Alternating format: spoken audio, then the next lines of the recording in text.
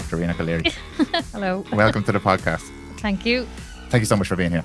Thanks very much for having me. I am going to give people just a little bit of the backstory because we've met before once. And it was actually when you were here recording with Conor O'Keefe on his podcast, Flip the Script. There'll be a little bit of crossover with my audience and Conor's audience, but we're going to cover a lot of similar areas in this. So fascinating conversation. But what I said to you just before we started rolling there was that conversation and meeting you that day actually had a huge impact on me personally.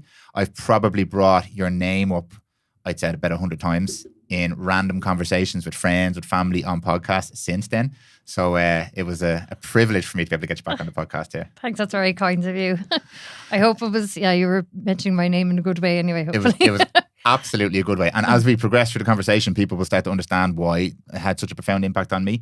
But before we dive in here, I know a lot of people, because every time I bring up the word forensic psychology, people go, what's the forensic psychologist? They might not have an understanding about what that is. Would you mind giving us the 101 in forensic psychology? What is that? I will. So most people know what a psychologist is, which is someone who studies human behaviour and helps people with their mental health. And then the word forensic means in relation to the law. So it means I work with people who are going through the criminal justice system. So I work with offenders, people, all types of offenders who've committed all types of crime. And my work can really be divided into two parts. Firstly, I do assessments. So I'm typically asked by solicitors to do assessments with their clients in the run up to their sentencing date for a crime.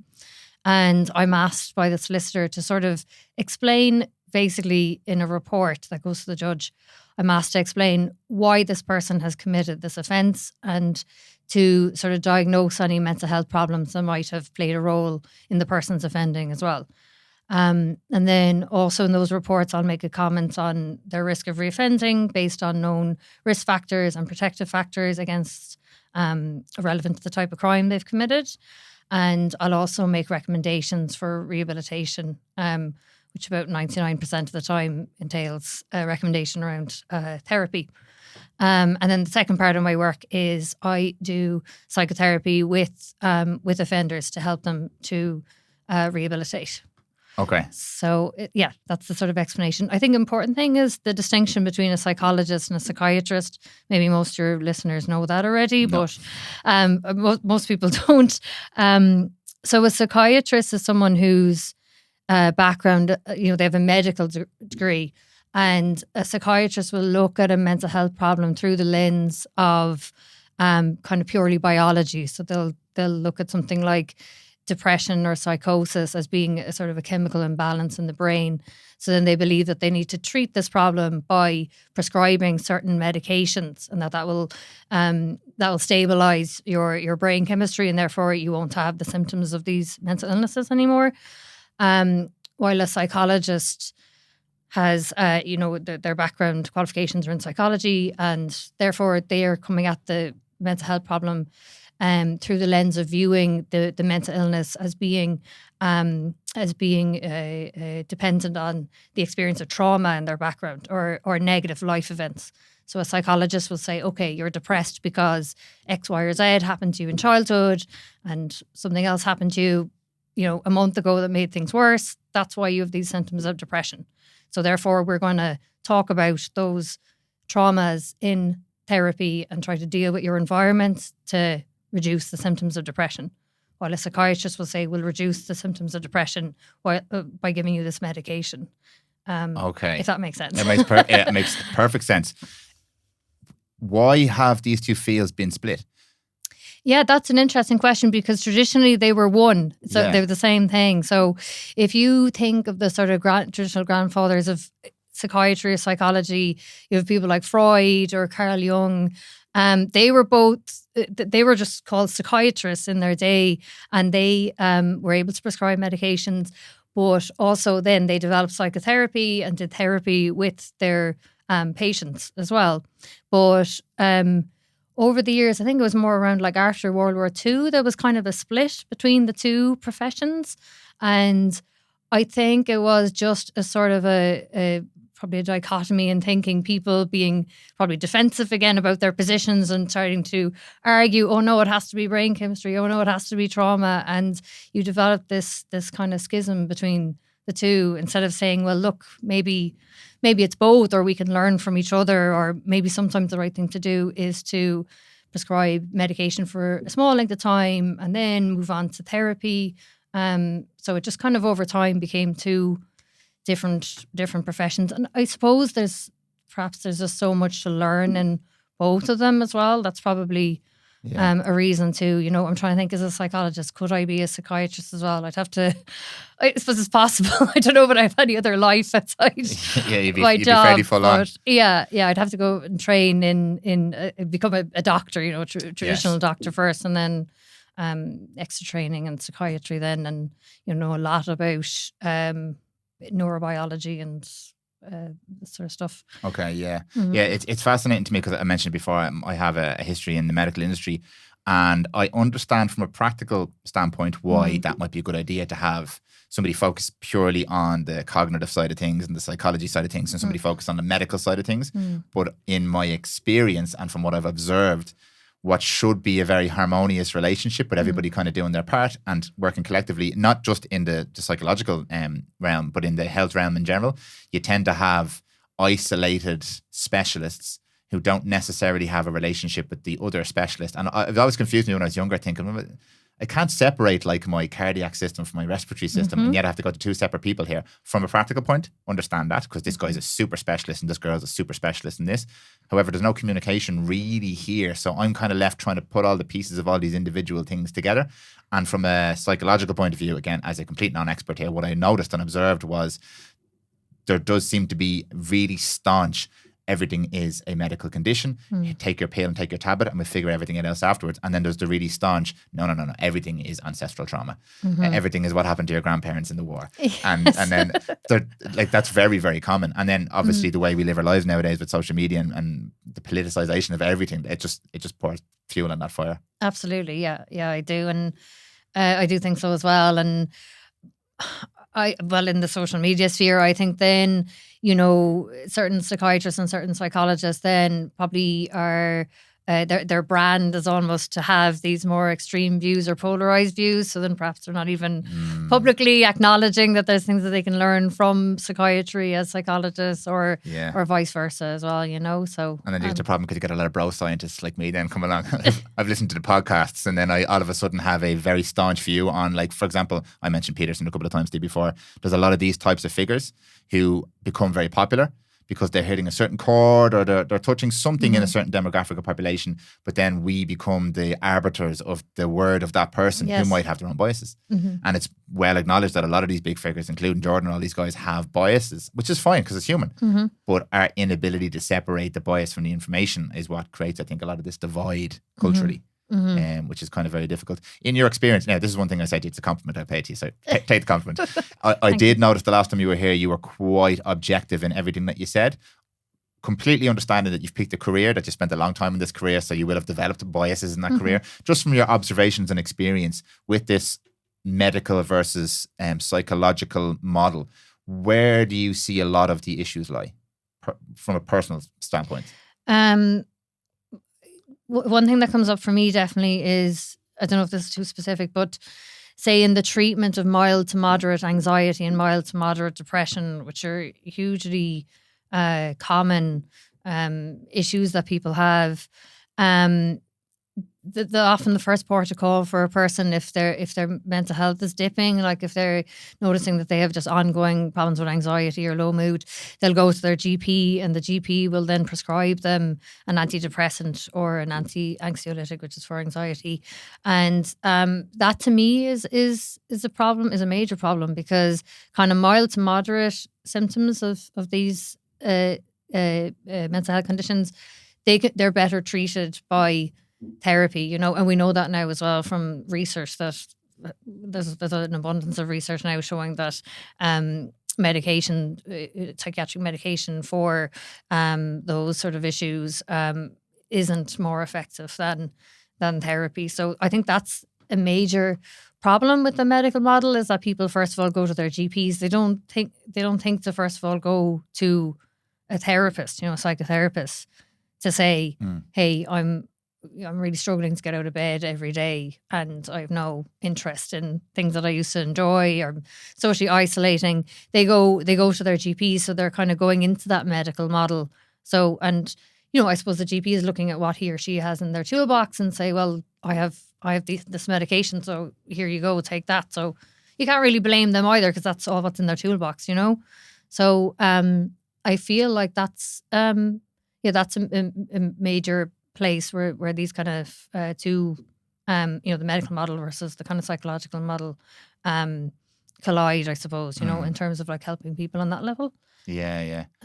For me as a consumer and as a patient, I suppose, on this side of I'm not a professional in the realm. Despite, as I might think I am sometimes when I'm on a podcast spouting all this stuff I've heard on other podcasts. I have started to view this with a different lens. I've started to, because I worked in the medical industry, and the people on all these industries are incredible people for the most part. Incredible people. And as you mentioned, a lot of the time it's a limitation of the system, yes, and a limitation of the training, and not necessarily a limitation of the person.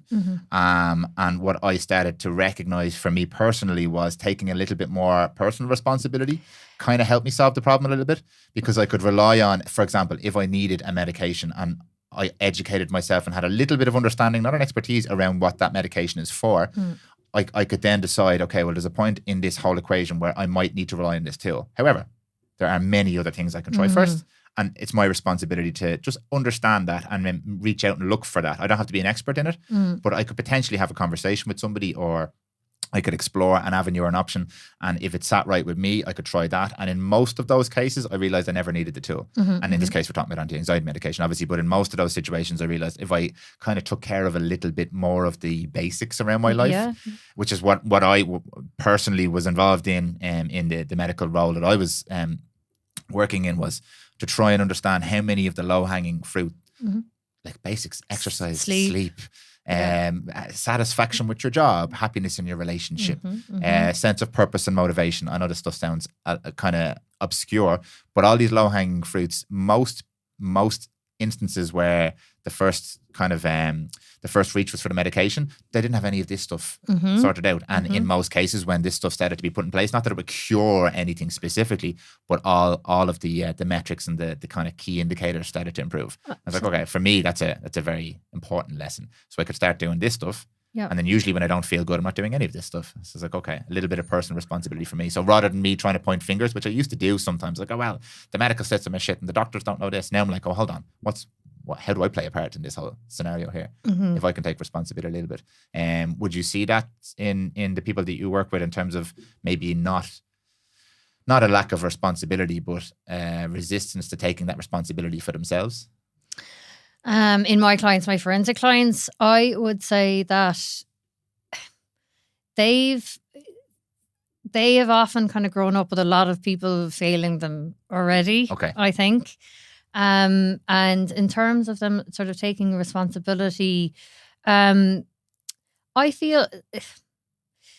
So what I would say is that, say, perhaps like the likes of yourself or me too, in certain situations where I've had to be more, take more responsibility for my own health, I feel like it actually takes a lot to be able to do that. Actually, I think first of all, you need to be a critical thinker. You need to be able to think rationally. You need to be able to look at different kind of data and information and weigh up whether it's worth listening to or not. I feel like you need to be, so there's probably a certain level of maybe, cognitive ability that you need as well there. And I think also you need to have been kind of reared in a way, like in a family, or have an upbringing that promoted critical thinking and having confidence in yourself and self-belief. So there's, in my opinion, there's kind of a lot of personality traits that are needed to be able to take full responsibility as well, So I find often with the clients I see, they can come in with a kind of perhaps a more victim mentality, and a lot of it is sort of justified because they will typically have had a lot of, like from childhood, a lot of adults failing them in their life, and a lot of kind of systems failing them as well, the education system and perhaps the criminal justice system if they've had contact with the criminal justice system before. But then they've also, because of their experiences, not been, they haven't been praised, they haven't been encouraged, so they haven't really been given the tools to be kind of sort of self-reliant or self-empowered as well. So a lot of the therapeutic work is sort of helping them with that actually, and trying to kind of generally increase their self-esteem, increase their level, their ability to think critically, and their emotional regulation as well, which is a huge one. Often they're just kind of way too emotionally reactive. And then they kind of can't, because of that, they can't bring in the prefrontal cortex to be able to think rationally about things as well. So, sorry, to answer your question, I do think definitely personal responsibility is needed, but there can be a lot of work that needs to be done before the person can get to a position of taking that kind of responsibility, I suppose. Yeah. And doing their own research and all those other bits. It's a great point. It's one I often forget sometimes. The word luck was coming into my head a lot when you're saying that as well. I'm just very lucky. Me too, yeah. I'm very lucky that I was in the position that I was in my career, that I was able to see this stuff firsthand. I was very lucky that I had a very supportive upbringing and family who did teach me these skills. So I often forget to add that in when I'm talking about this. It sounds like I'm making a judgment sometimes. When I'm talking about people not critically thinking or taking responsibility, I'm absolutely not. And what I loved about what you said there is giving these people and your clients the tools is empowering. It gives them back the power, as opposed to, I find sometimes just the way we have things set up is a little bit disempowering. It's taking the power away by saying you need this pill or you need this thing to be able to function normally, as opposed to, well, hold on, you just don't have the tools that you need. And for me, a lot of those tools were like the basics, sleep and all that kind of stuff, but also emotional intelligence and awareness and empathy, and maybe working through some of the traumas and the issues that you've had in previous, which I didn't have in my life, but this person did. So how can I say they should take more responsibility when maybe they don't even understand how because of their upbringing? Often they've just been disempowered their whole life, so they come into me and they're coming from a place of thinking about themselves. Well, I know nothing. I'm often thinking I'm stupid, I'm worthless, I can't solve any problem. That they're the core beliefs that are there, so often it's kind of working with them on that level to then hopefully get to the point where they are questioning me about, like, well, why are you saying this to me, and tell me your reasons, and I, that's a good sign to me when somebody is kind of thinking more thinking more critically and more sees themselves as I know it's kind of a loaded way of saying this maybe, but seeing themselves as the expert on themselves, but that they're taking, the information and recommendations and input from all these different professionals who've perhaps done a lot of training and education in certain areas. But at the end of the day, the person, the client, they're the expert on them, So, I often say that to clients actually. I'm like, look, I can give you my kind of recommendations about an expertise, but you have to kind of, at the end of the day, see if it really fits with you and how you can implement it in your own life. And I think that's a huge point. I think this is probably what I was trying to say earlier on as well, is you are the common link between all these different people. So even though maybe the endocrinologist isn't directly speaking to the cardiologist, you are the common link there. So you're allowed to get involved. This is, I think sometimes maybe we feel like we're not supposed to get involved or ask too many questions or deviate too much from the plan that's been prescribed. But in my experience, from an observational point of view, the people who took that information themselves and kind of just made it fit whatever shape they needed it to fit were the people who had the best outcomes. So they took the information, go, thank you very much, that's great information. I'm going to try it this way because this feels right to me or this fits my lifestyle a little bit more. As opposed to, well, either saying I'm going to do this at the expense of everything else in my life, or that doesn't work for me and I'm not going to try it at all. Baby in bathwater, that kind of thing. So I think that's a great point as well. You are the common link here, and you do know yourself. this brings up another area for me. A lot of us don't take the time to actually acknowledge ourselves and sit and think about ourselves. But you do know, like we have a very good sense of who we are once we give ourselves the time and space, or are given the time and space, I suppose, maybe is another way of putting it. Some of us can't give it to ourselves. We need help with that. In my exuberance here, I've jumped way too far into conversation. So I'm going to come back a little bit here. Just getting excited about that. A huge, or almost exclusively, your work, you correct me on that if I'm wrong, is with violent or sexual offenders. Is that correct? Yeah, almost exclusively. Yeah, I do assessments with people who commit all types of crime, I suppose. But for my therapy clients, violent and sexual offenders, other people as well. Working with people who have some psychotic disorders and some personality disorders as well.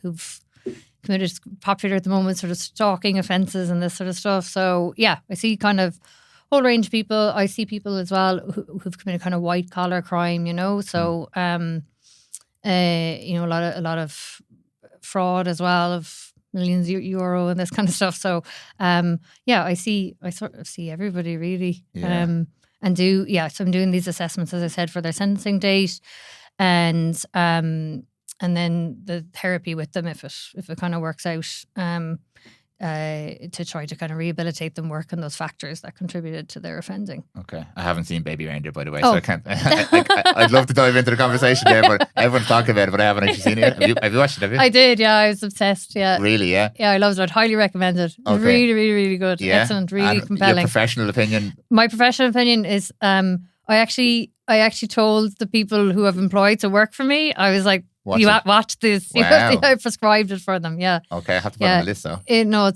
It's brilliant, and really a really accurate portrayal of a woman with a personality disorder who stalks someone, and a really accurate portrayal as well of a man who's experienced sexual assaults. Very, very accurate portrayal of both those things. He played himself in the... He did, yeah, okay. yeah. Okay. Richard Gadd is his name, yeah. Okay, I'll put that on the list. I won't comment on it now. Fantastic. Okay, I'll definitely watch it. You've heard it here, people. There's a recommendation. Don't even ever get a recommendation from a forensic psychologist to watch a TV show on Netflix, but there you have it. A big takeaway for me, and a really interesting part of your conversation with Connor on his podcast, Flip the Script, which if you haven't listened to, go and listen to, was this idea of your deep understanding and compassion for the people that you work with. That was so evident to me, and it was what initially. Sometimes I'm here, I'm producing for clients and stuff like that. I'm kind of half listening because I hear so many podcasts. I was really drawn into that conversation because of your attitude towards this entire thing, which is so interesting to me. You obviously have a professional role. You have an expertise. You've got training in a certain area, and you're carrying out your job. So that's a given. But your emotional involvement in this can't be ignored as well. You are a person. You are a female dealing with violent male offenders. There's all these different nuances to what you do. Would you mind just explaining that the nuance of the type of work that you do with these offenders? You mentioned something before about the difference between violent and sexual offenders as well, and how that looks to you as a professional and your opinion on that. I'd love to explore that a little bit if you don't mind, but just give us maybe an overview of that type of work, because some people are sitting here listening, oh my God, I didn't even know that kind of position existed, where these people actually are given an opportunity to talk about this and to explore this and to try and figure out why, because as you pointed out in Connor's episode, they're often demonized and marginalized in society. So this might give us a little bit more of an understanding, compassion around like why these people do what they do and how this whole thing happens. Yeah, so I suppose I'm coming at it based on the premise that no human wants to grow up to be a violent offender or wants to grow up to be a sex offender, and I believe that I personally believe, and I see it in my work, that a certain set of circumstances have led them to commit either the violent offence or the sexual offence, and that all criminality is what I would say is a maladaptive way to meet a human need. So we all have the same needs as humans, no matter where you live on the planet. We obviously have our basic needs for food and water and then shelter. And then beyond that, then you're talking about kind of emotional and psychological needs. So the sort of needs for social connection, a sense of purpose in your life, a sense of mastery, a need to feel that you're wanted, that you're loved, that you're liked, that you're valued, and a sense of control as well. To some degree, we all need to be able to feel like we're in control, or that our environments are predictable to a certain degree, in order to ultimately feel safe. I suppose to feel safe and secure, rather than to feel that you're in threat, either that your physical safety is in threat, or else your sort of sense of self is in threat. So when I work with different offenders, that's always the question I have about their crime is what needs were being met by this behaviour. And, going into their background will explain why they ended up using a maladaptive way to meet that need. But yeah, the first question is kind of, is sort of what need is being met. So with violent offenders, typically it's often the case where often they've come from a home where violence was modelled to them as a way to sort of maintain control, or affect your will, or get what you want. Or was normalized as a normal way to respond if you didn't like the way somebody spoke to you, and then so they come from a family where that behavior was modeled to them and normalized to them, and then sadly they're often in societies or have grown up in areas then where there's a high rate of violence as well. So that behavior is then modeled to them also by the other people in their communities. I don't know if I'm being too specific now. No, this is brilliant. No, yeah. Okay. And then I think what happens is that, so they start in the family home and it's modeled to them there. Then usually in, early adolescence, as we all do, our kind of world expands and we start to spend more time with our friends, rather than our family. So then this sort of violent behaviour is modeled to them by the peers in their area with whom they're friends. And it becomes something where it's the only way that the person knows how to resolve conflicts, that, okay, if you feel undermined or criticised or threatened by somebody, what you should do is give them a dig, and then if they give you a dig back, get out your knife and stab them and escalate it. Exactly. And it just escalates to the point where obviously people are just seriously injured, and then they get charged with a criminal offence, then a violent offence. So with the violent offenders, it's often about, I suppose, trying to communicate to them firstly that like behaving in that way can only escalate and can only end in a bad thing. Either you're going to get stabbed and get murdered or seriously injured, or else you're going to end up in prison for being the perpetrator in the situation. So if you can kind of get them to buy into the idea that, okay, escalation does not end well in any front, and if you can kind of get them to buy into that idea and agree with that, then you can start working on, okay, well, what else could you do if you feel threatened or criticised or undermined? Now that work is kind of two-part, okay? So you have the piece about what else could you do and giving them skills and about how to manage the situation differently, but also you need to go back into their early childhood and look at why they have those insecurities anyway. Why does, if somebody kind of teases them, why do they become enraged in response to that, instead of just firstly not being bothered by it at all, or kind of just laughing it off, what sort of core belief or wound is it kind of opening up, I suppose. So the therapy work is about trying to look at the different events that are causing them to be so kind of sensitive to criticism or undermining. And then the second part of the therapeutic work is, okay, well, what do you do now in that situation to not escalate it, So with the violent offenders, a lot of it is just trying to encourage them to sort of just, walk, things we all know already, I suppose, but walk away from the situation, don't give a smart comment back. Obviously, don't engage in any kind of physical aggression, and to remove yourself from the situation. With that, though, it's very difficult because often in these communities, you're seen then by your peers as being weak, you're not being a hard man. you're going to be probably subjected to some kind of ridicule then for that as well. So you're trying to work with the person around, trying to kind of tolerate maybe other people having those sort of perceptions of them as well, so there's some kind of work to be done around that as well, to help them to see that it's sort of that those people are only judging them in that way because of their own kind of experiences, from their own kind of childhood experiences. And it's sort of a mob mentality thing where everybody's feeding off each other, Yeah. It reminds me of like theory of mind with children and stuff, to try and understand. And this is only something I've started to recently develop as a grown man, trying to understand that this person opposite me has all of their own version of what I have. They have all of their decades and decades of behavioral issues and environmental issues, and it's not necessarily an interaction between me and that person. It's my baggage interacting with their baggage, and my avatar interacting with their avatar. And for me, that makes it a little bit easier for me to do. Now, not that I'm getting fights or anything like that, but to not engage with the triggers or the baits because if I can see them as just a person who's responding to their own triggers, this is not about me and you. It's about your stuff and my stuff, and I can just separate myself from your stuff. Yes, and just take my stuff on my way and try and work on it.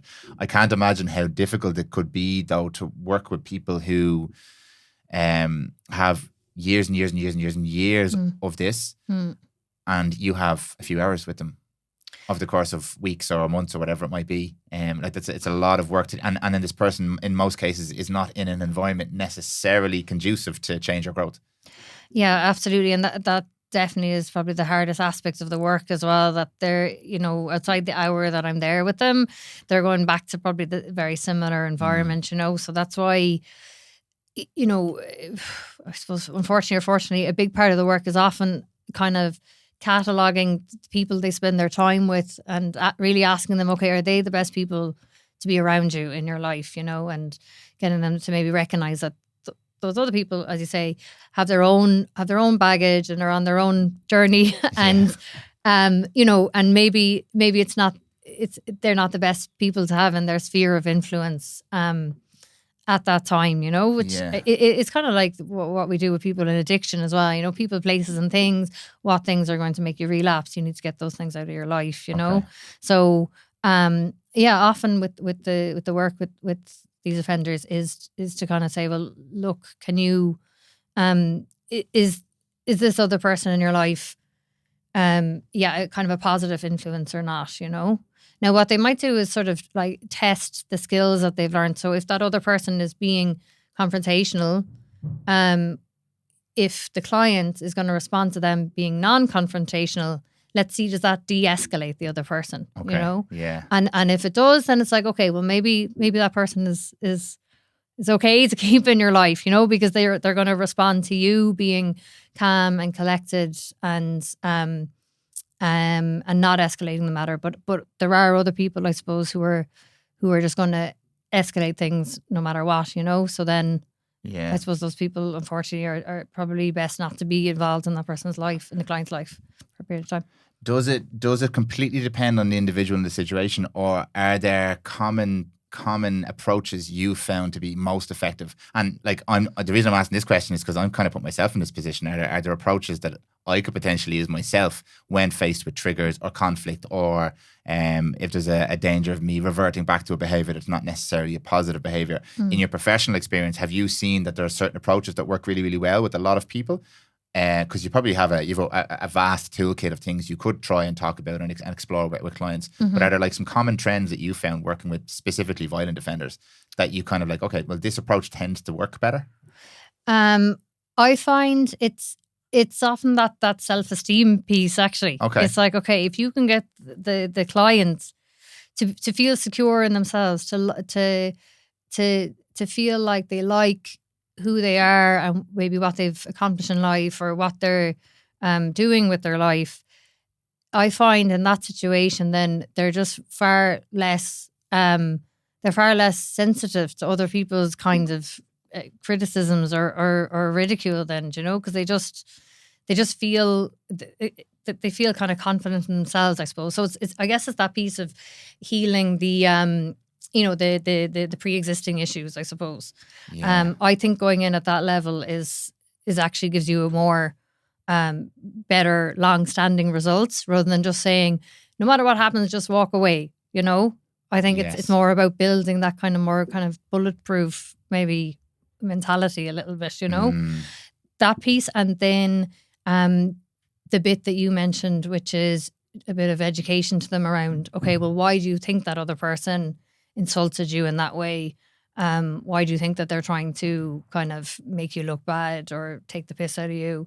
So then, you know, my client would hopefully understand that that's just, because of their own baggage, and it's their own kind of defense mechanism or coping skill to make themselves kind of feel better, because that person has low self-esteem and probably hates themselves underneath it all. No, absolutely fair. Yeah, you said something when you were here the last time about empathy, and it's almost impossible to have empathy for somebody else unless you have a bit of empathy for yourself. And in the 2.5 years since you've been here, I have heard that played out in so many different realms, because I talk to people about obviously now psychology, spirituality, emotion, the emotional realm, the physical realm, and it's always a version of the same thing that keeps coming up. Recently, I had Shane Flynn on the podcast 2 weeks ago, and he spoke about it in terms of frequencies. So if you're living your life at this lower frequency, fear, anger, rage, uncertainty, jealousy, there is almost no way that you can interact with anybody else outside of that realm of emotions. So no matter what they do or how they do it, you're going to interpret it a certain way. So it's impossible for you to see them in a positive light if you're coming from a place of a lack of empathy or lack of compassion for yourself. And it for me, the language doesn't matter anymore, because like some people don't like the kind of ethereal realm. Some people don't like the clinical medical realm. For me, I'm like, it's just a common thread here. I have no problem. I use whatever language for anything, you know, even as an aside, like if somebody speaks about God, I just interpret that as the universe, you know, interchangeable. And it's no bother to me to speak in more religious terms when I think about that kind of metaphor, you know. So it's I have no problem about using frequencies or auras or whatever sort of words they want to put on it. I think we're speaking. It's like just different languages, you know. We're saying the same thing, but it's just different languages. That is amazing, yeah. Because that's how I view all of this. Because I'm not an expert in any of it, but I have so many conversations with experts in all of these different realms, and it's the same thing. You have to start within. You have to look inwards first. And I think what you've explained there with your work, that it's starting with somebody by working on themselves as opposed to working on the symptoms of themselves. Is like, it's the same thing we mentioned in the medical world. Rather than working on the symptom, maybe work on the cause. Maybe work on what's going on the inside. Maybe work on what you can do in your own life. And we're on a different, I suppose, starting places there. Yeah. And I think interestingly on that, like again, and maybe it won't be nice for a parent. I'm not a parent as well, so I should preface everything with the fact that I don't have personal experience of this. I am a parent, so I'll give you my parent, so opinion. yeah, please. So please just tell me to like shut up if needs be. But I mean, it does all come back to those kind of initial years of life, I suppose. And the parent's way of parenting the child. And then what's really important to point out there is so that, like, you know, the vast majority of us has become parents but have done no work on ourselves, no work on our own self-awareness, our own emotional regulation, our own traumas, our own issues. So, you know, then we're just projecting all that, and it goes, all the issues arising from that then impact the little baby that you have in front of you, an infant and child. So, sorry, just on the point of empathy, what I see in my work all the time is that a person's ability to empathize with others starts with being able to name their own emotions, as you're saying there, you know, being able to empathize with themselves, having their own self-awareness and being able to name their own emotions.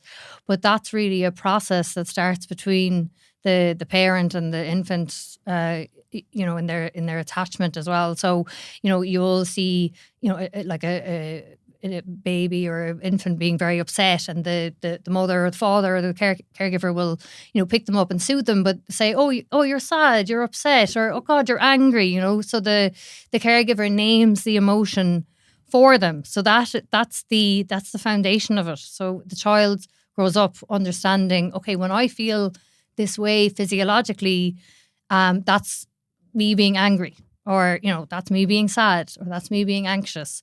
So they have a kind of an awareness then of their own emotions.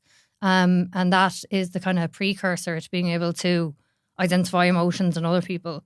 So if you grew up in a family where your primary caregiver wasn't able to do that, didn't kind of soothe you and didn't kind of know instinctively to kind of name the emotions for you, you don't develop the skills then to be able to empathize then with other people, you know. Yeah. So it's... I'm smiling here because I absolutely agree with you. And my partner is a pediatric occupational therapist. Having the children for me has been the most eye-opening lesson in what you've just explained there. Okay. Because she helped me really understand. I was, not that I had a problem or anything like that, but I found myself reacting and responding in a way that said more about me to my children than understanding that they were just expressing a need. And it taught me two things. Number one, I had to really start becoming aware of like, am I tired? Or like, why is the child crying frustrating me? Why is that kind of maybe there's a biological drive there as well to help the child, but like, why am I getting annoyed by the child crying? And also, why is the child crying? And also, how do I comfort this child in a way that they're going to grow up not being afraid to express themselves and not having it, like all Jill would just explain all this stuff to me, and now I just sit at home going, maybe I'll just do nothing, because if I do anything here I'm going to destroy my children. But for me it's more been an eye-opening experience for me about myself, because I'm noticing all these different things about myself that before were just unconscious. And now, I don't know, you've mentioned this before as well, that the whole Carl Jung line about make the unconscious conscious. Man, it's a rude awakening, but it's incredible when you start down that journey how quickly you become more and more aware. Because once you become aware of it, you can't become unaware of it, and then you just start to look for it in more. You see it in more places. So if any one of my children has a response or a reaction now I'm trying to go through this process from like, okay, what's my state? And like Jill would talk to me about like co-regulation. So am I in a place where I can actually help this child regulate themselves? If the answer is no, then why? Well, like when I come home, I need to be in a calm, a safe state from my children, so that then when they have, because they're just kids, when they express themselves or get upset or get angry or whatever it is, I can now from a really calm place. But that's so hard. Yes, and it's hard for me who doesn't have a huge amount of trauma in my life, and as I mentioned earlier on, I'm very lucky in how I was raised, and so I can see how complex and difficult this could be. Yeah, absolutely. And then it's kind of getting into a whole other area, but you know, if you were to ask me, well, what do you do about all of this? I think it's more support for parents as well, you know, and just for parents to be able to do more, you know, parenting courses or have more therapy available to them as well. Or just, I don't know how to get that idea out there that, you know, maybe there should be some sort of government's a campaign about it all, but just the idea that like as a parent, you really have the responsibility to kind of sort out your own stuff, you know, because now you're kind of responsible for this other human's development. And we kind of know that, you know, the first, you know, even 5 years of life is probably the most impactful on the development of somebody's personality. So it's just absolutely, you know, detrimental or critical to the whole to the whole thing, you know. And a huge reason you've just touched on there why I do what we're doing right now, this type of conversation, this podcast. There was a wave about 10 years ago, and people rolled their eyes now, the bro science wave. But I mentioned Peterson already. The likes of Joe Rogan had a lot of these. He brought a lot of light to a lot of these people. Now, some polarizing figures, and a lot of people don't agree with everything. And by the way, I don't agree with everything all these people says either. I like to take some information that resonates, think on it, cross-reference it, and apply it to my life and see if it works. But there has been a huge move towards, and thank you for correcting me on this earlier on or pulling me up on this. There's a lot of us who are in a position where we can take responsibility, and there's a lot of us who aren't because of our backgrounds. But a lot of the listeners of this podcast, a lot of people in my network, a lot of my peers and friends and people I go up with are in a position. And my belief is if we're able to start taking a little bit more responsibility for how we conduct ourselves, how we interact with other people, how we raise our children, rather than blaming other people or other political ideologies or other entities or whatever it might be, then I think we're in a better position to support the people who can't. So to support, and like we'll get into a little bit more about this in a second, but to support the offenders and the people who came from bad environments and backgrounds, I personally don't believe the solution is to try and hit it at the top end and we need to put more money into this. And I believe a lot of the change comes from us. Those of us who are in a position to be able to affect change. I think so, yeah. I do agree with that. And it's not that it's not coming from that kind of disempowering place, but it's almost like, we're in a position where we're able to help others who've been less fortunate than ourselves, Yes. So, hopefully then we can use our skills to empower the people who have not been as fortunate as ourselves, because I say that all the time. When I meet my various different clients, like how lucky I was that my consciousness sprung up in 1987 in my lovely family in Cork, where I was very, very stable and secure background, and I was, my basic needs and my emotional needs were met, and that gave me the platform to go on in life to, inverted commas, succeed or be happy with, my work, my relationships with other people, my, my interests, hobbies. It's all because of the family I came from, and I don't know now. You need someone else in the podcast to talk about reincarnation or something like that. But I don't know the meaning of why my consciousness sprung up there, but it did, and I do think, I'm lucky because of that, I think maybe it sounds kind of arrogant in a way, but like I think because we've been lucky, we should. There's an impetus to help people who haven't been as lucky. You basically literally took the words out of my mouth there. I think, and again, this is welcome to my podcast, by the way, where I'm forming thoughts as I'm on the podcast here. But I think this is where, when I say the word responsibility, sometimes it comes out as something I don't mean. Like it comes out, like you mentioned there, maybe a little bit judgmental. Earlier on, maybe I sounded a little bit judgmental. But what's trying to come forth from my mouth here, with my limited vocabulary, is because I have been lucky, I believe I have a responsibility to use that, and I don't like using the word privilege because it's politically loaded, but I have a responsibility to use that look in my situation to, first of all, sort my shit out. Because I'm in a position to be able to sort my shit out. Because if I don't, I'm going to affect the people directly around me, my children and my fiance, and then I'm going to direct my friends, and then my clients, and then all these people in my circle. I'm going to have a negative impact on these people if I have a negative attitude towards life, if I have a victim mindset. If I take responsibility, which I believe I should do, I'm going to have a positive impact on these people. And where I get a little bit irked, and I try not to rise to this now anymore, I try to take it very, very neutral, is a lot of the narrative today is about giving a thumbs up on social media about all the different causes, which I am not undermining in any way. I think it's extremely important we're aware of this and we support this, without taking care of ourselves at home, the stuff that we can actually impact right now, being a better person, learning how to regulate yourself, learning how to be a healthier person, learning how to take the pressures off the systems we give out about so much. Don't lean on them so much. Don't become a victim of your of what you view as the world around you if you're in a position like me. That's what I'm speaking from there. And then we can actually impact a huge amount of change, or affect a huge amount of change on the world in a real way. But the world is not designed like that. No, and I absolutely agree with you. I think there has to be this kind of contagion effect. I don't know, did I say this at a previous podcast? I'm kind of laughing myself about this, but I always think like a good children's book or adult book would be, it calls the mean disease, which is basically that a little story about how if you're mean to someone else and they catch the meanness too, and then they're going to be mean to all the people in their life, and then it's going to go on and on and on, and you'll have a country of just mean people. So that's my idea for a children's book. But I think this is so true, where you see, and there is virtue signaling on social media, and people acting as if they care about causes that are thousands of miles away, and a lot of people are genuine too, and genuinely 100%. do care about these causes and are taking steps to help in the ways that they can. But I think anyone who is interested in these causes that are thousands of miles away, they do need to ask themselves first, okay, well, am I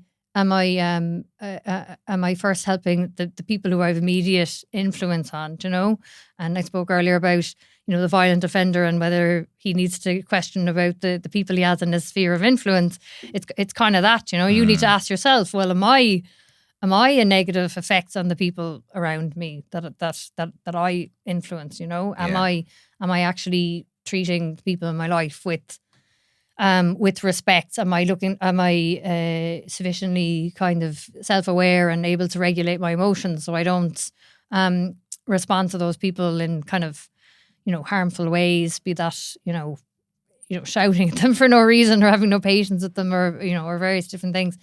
And and then kind of, I suppose beyond that, maybe looking at, well, should you be more concerned, or firstly concerned maybe with, social causes that are closer to your door as well. Not saying that you can't be concerned about Gaza if you don't care about homeless people in Ireland or something. I'm not saying it's either or, I suppose. Yeah, neither am I, by the way, yeah. Yeah, but it probably is interesting if you're more concerned about people in Gaza maybe than the people in Ireland too. You just need to kind of explore that, I suppose, and see what it's about, and really ask yourself, well, why am I motivated by this, or why am I moved by this cause, and question what reasons are you doing it for it, I've completely derailed this conversation. Oh, sorry, yeah, I know. No, I've done it. We will go back. We're slowly, step by step, going through your the value that you have to bring to the conversation. But I really like what you said there as well. And just to clarify too, like, I do believe that most people have a genuine sense of concern and compassion. But I think the frustration and anger that comes along with that is as a result of us not dealing with stuff closer to home. And when I say closer to home, I don't even mean people on the streets here. I mean literally ourselves. Yeah. And you mentioned something that reminds me of this phrase. I don't know who the original author is of the quote, but if you don't heal your wounds, you'll bleed on people who didn't cut you. Okay, lovely. You'll externalize all your source of angst and pain, and sometimes this means going on social media and looking for a cause to be a part of, which are absolutely legitimate causes.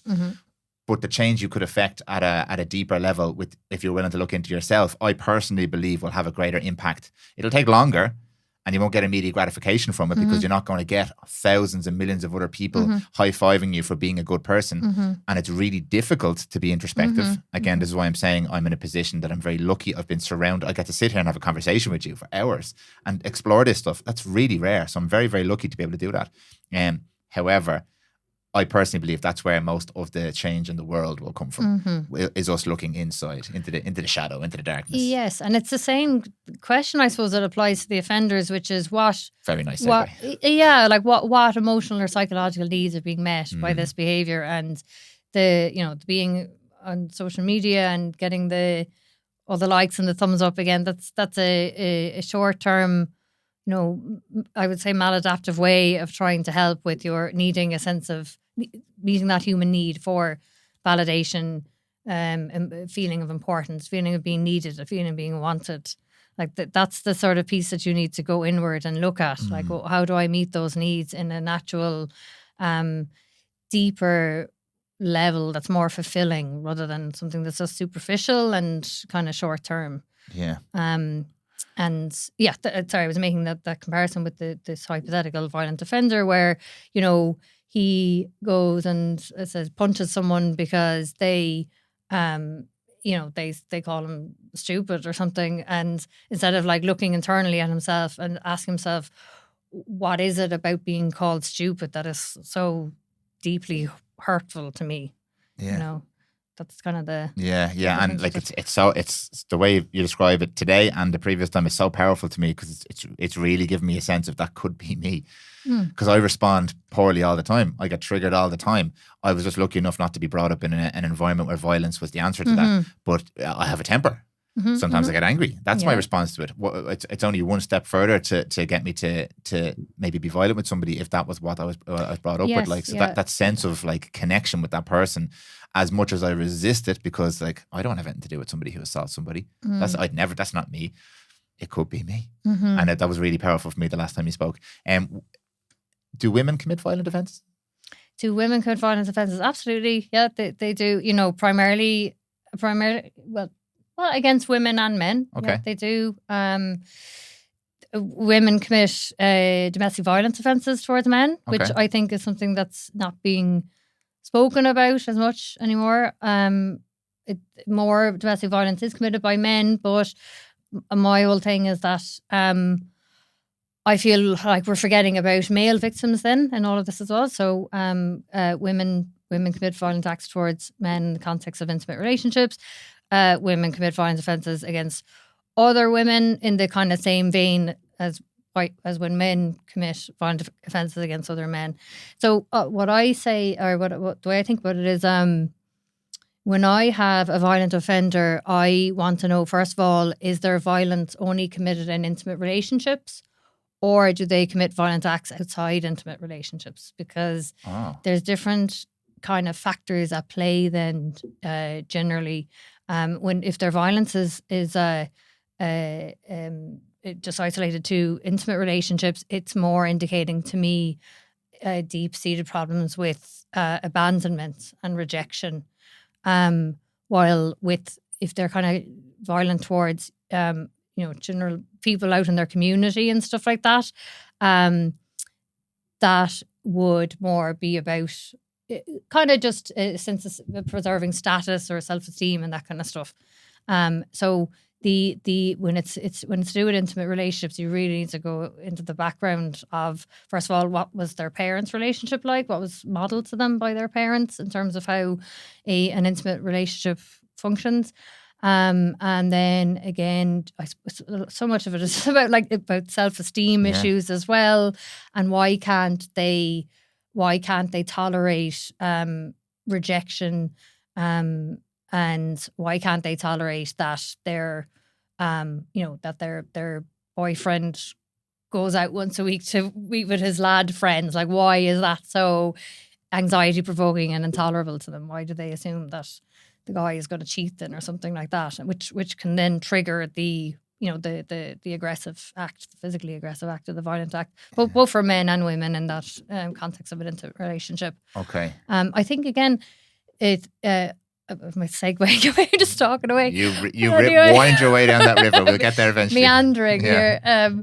What did I want to say? I think with intimate partner violence in particular, I think a lot of us can relate to, again, the kind of foundations of that, of feeling a bit insecure.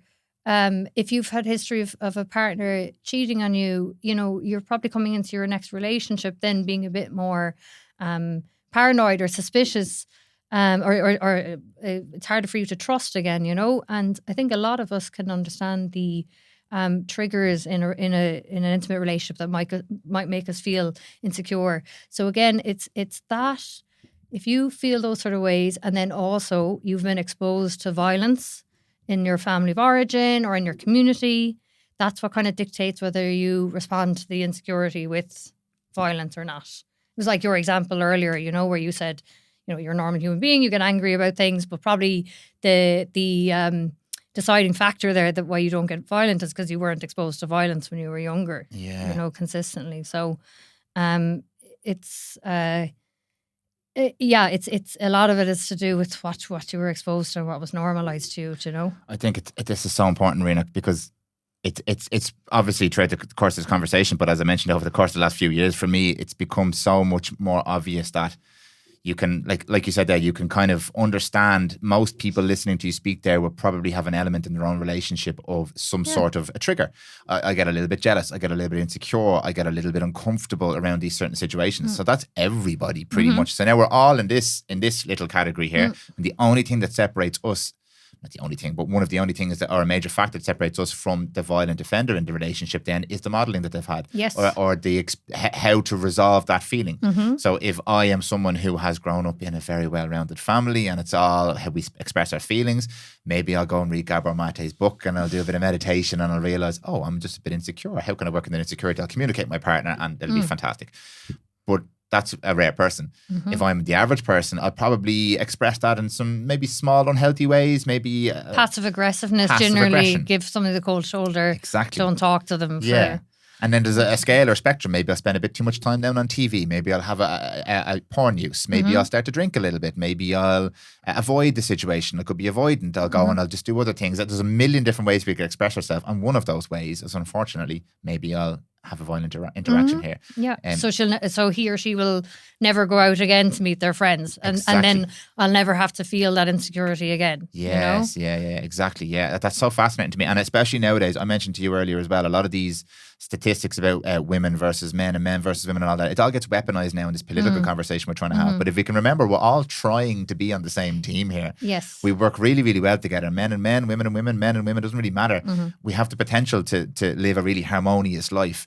But our responsibility is to sort out our own stuff, I think, first, because even that co-regulation idea, if my partner is very centered and calm and regulated, they're going to help me feel a little bit more safe. And maybe I can express my insecurities a little bit.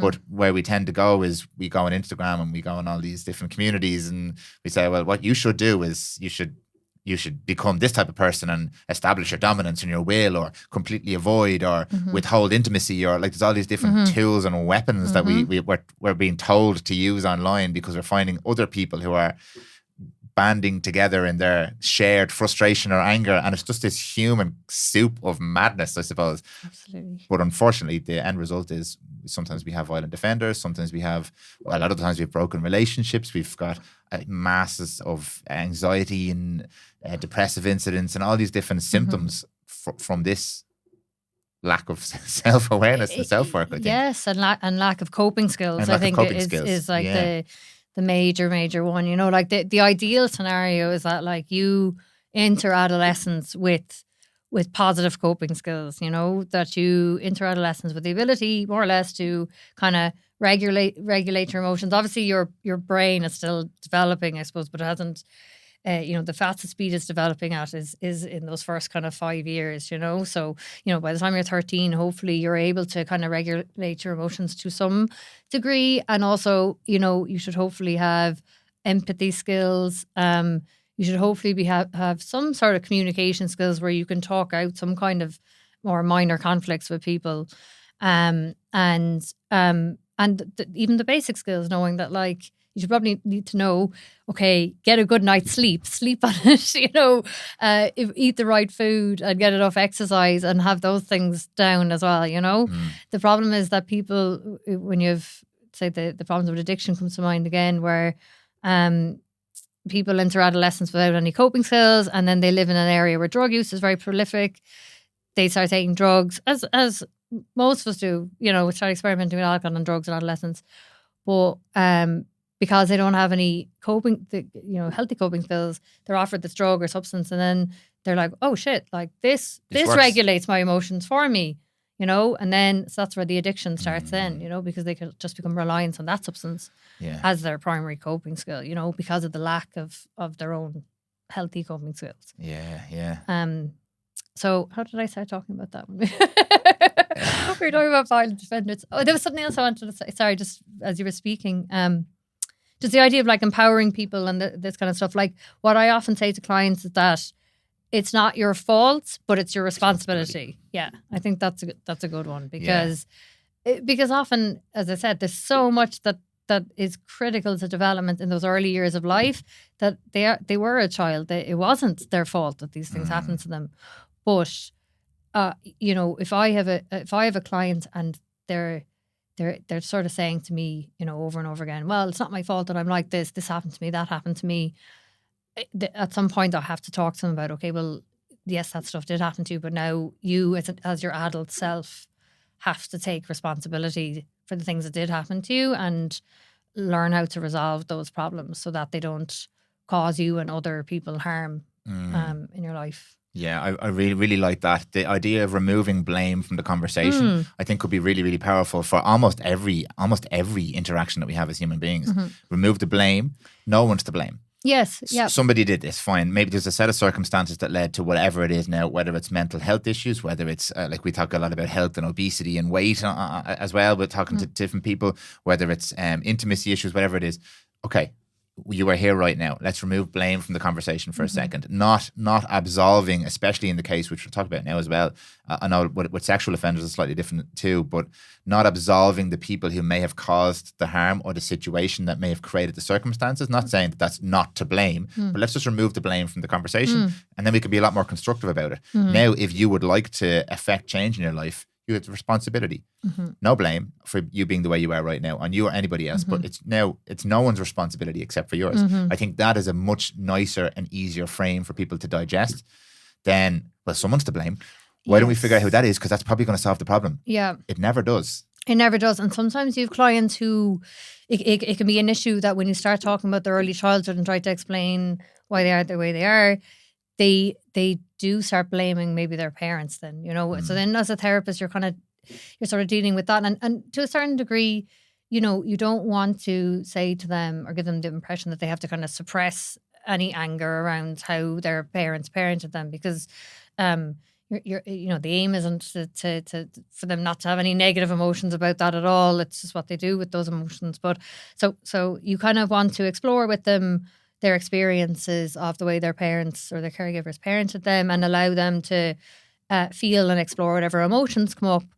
But if they're veering into then kind of getting stuck in that place of anger and blame, what you need to bring in then as a therapist is you kind of remind them that their parent is just them. They're just their parent is another human being. It's a mad realization. Yeah. Their parent is another human being that had their own problems in childhood from their parents, and grew up with their own lack of coping skills, where they developed unhealthy or maladaptive coping skills to try to get through life and survive, basically. And then I find when you talk with that about that to the clients, you kind of bring in kind of forgiveness, or at the very least understanding anyway, and they're able to kind of understand why their parents weren't able to meet their needs, I suppose, in the way that they needed to. Okay. So I think that's a very important piece of the therapeutic work as well. If the client gets stuck in kind of blame as well, Yeah, and you become the victim. Then it's very disempowering for you. That's yes. It's really empowering to remove blame. Whereas you think you almost, for me, I'll speak personally, you feel like you are letting someone away with it if you don't blame anybody. But it's actually very empowering when you let go of that blame piece. You're like, oh, okay, well, now I have complete control over what I do and how I feel, really. Are you watching The Dry at the moment? Have you seen that show? No, I think you'd be very interested, because as you're speaking there, and I don't want to give away the plot to anybody who hasn't seen it yet, but essentially it's based on an Irish family, and there's heavy themes of alcoholism and addiction going through it. But it's a really interesting illustration of what you've just explained there, because there's essentially they're a grown family. The children are in their 30s, and they're dealing with these issues, and you can so clearly draw the lines between the parents as people and the children as people now, and all their shared problems and their realizations, even that the children starting to realize that their parents are just versions of themselves and people. It's Irish as well. It's actually really, really good. We're watching it. I haven't finished it yet, but what you were explaining there, it's so evident when you can sit and watch a show like that.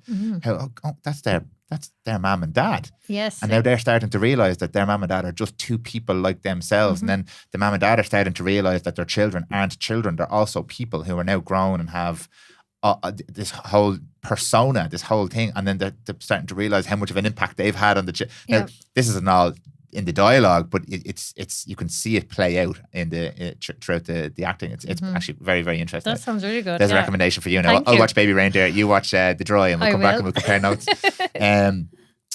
Sexual offence. Yeah. So I would assume, and it's a pure assumption, that all violent offences are not sexual in nature. But is there an element of violence in all sexual offences? No, okay. I would say not, because I suppose there's a lot of diversity in sexual offending, obviously you've sexual offending against adults, sexual offending against children, we call it contact offending or non-contact offending. So that's the sort of sexual offending that involves actual physical touch or not. So, non-contact sexual offending would be, we've a law now around like revenge porn, that's considered a sexual offence, or then the possession of child pornography, child solicitation online, try to organise to meet a child, or sending a child sexual images. So there's a whole lot of stuff. I suppose it's interesting that you say that, because when I'm assessing for risk of reoffending with sexual offending, one of the risk factors is like whether violence was present in the sexual offending or not. And if it was, that indicates that the person is at an increased risk of reoffending. Okay. Yeah. So I suppose, your kind of classic, it's funny that I say the word classic, right? I was going to say your classic rape, if I could say that, which is like somebody, pulling a woman into a bush and kind of holding her down, raping her. That has obviously elements of kind of violence in it, or very extreme stuff, which I wouldn't see really in Ireland. Like in America, where there was people have been murdered and raped as well, or even Anna Creedle, who was murdered by the two boys. There was an element of that was a sexual assault as well. There was semen found on her as well. But I would say that the vast majority of sexual offences don't entail any violence, actually. Really? Yes, and that's why when I said the word classic a minute ago, I have to kind of check myself on that one, because that's a common misconception. I think maybe I spoke about that in Connor's podcast, but it's a really common misconception that the most common type of sexual offending is that one where it's a violent rape or something like that. Yeah. I mean, it generally isn't like that at all. The perpetrator generally knows the victim, and if we're just talking about adult victims, the perpetrator generally knows the victim. Often they've had some kind of consensual relationship previously, and then it's a case where the man is kind of like, I suppose they've had sex and the woman is saying it was non-consensual then. That's kind of a very, very common occurrence, you know. So I don't know if I'm just jumping on now, but something that I think is important there is that the fight, flight and freeze response. So women are most prone to kind of a freeze response when they feel kind of physically in threat. So often I think that's what happens really a lot of the time in rapes, that a woman, there's some sort of sexual advance and she doesn't want it, or she's not comfortable with it, and her response is to kind of freeze, and then the man doesn't understand that she doesn't want to go ahead with sexual behaviour, and he kind of continues to sexually touch her or have sex with her, thinking that the man is most often thinking that, like, right, if I was in a situation where I didn't want to have sex, I'd resist. I would again punch the fella, or else like get him off me and run away anyway. Well, it's a lack of understanding, I feel, around what women typically do in that situation when we feel kind of threatened, and then that gets confused then, where the man doesn't really know that there's a lack of consent there. Yeah. Okay. Is that answer your question? You were asking me, or you asked me if both sexual offences, or is there violence in sexual offences? Very, very few. Very few, but there is in some, but it's more rare. Yeah, this is one of those. It's one of those conversations that really, it really cuts to the core of people. It did with me as well. Yourself and Connor really handled it beautifully when you spoke about it too. It's something that's such a it feels like a violation. Mm-hmm. It really feels like a violation, especially for the person involved, the victim of the crime, who in most cases women are victims of sexual crime. Would it be fair to say? Yeah, it would be. And it's a really uncomfortable topic for people to talk about. And the initial response I found in myself and with a lot of people is anger and outrage and rage, which overshadows any possible attempt at understanding the motives, or like and you said this in Connor's episode. He also said it too. I think his episode was called Understanding.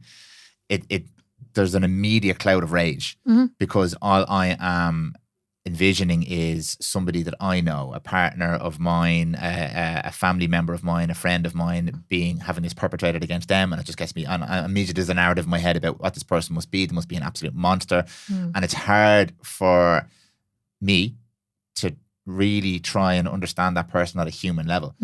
That's one of the reasons your conversation here the last day had such an impact on me, because it really did accelerate that process for me. I was kind of on the path a little bit to trying to recognize that everybody's a human being, and there's an incentive, there's a reason behind everything. And if we can understand that reason, we go a long way towards trying to maybe stop the maladaptive behaviour, rather than just trying to stop the maladaptive behaviour, which is a fruitless exercise in my opinion. So yeah, that level of understanding and compassion is very difficult.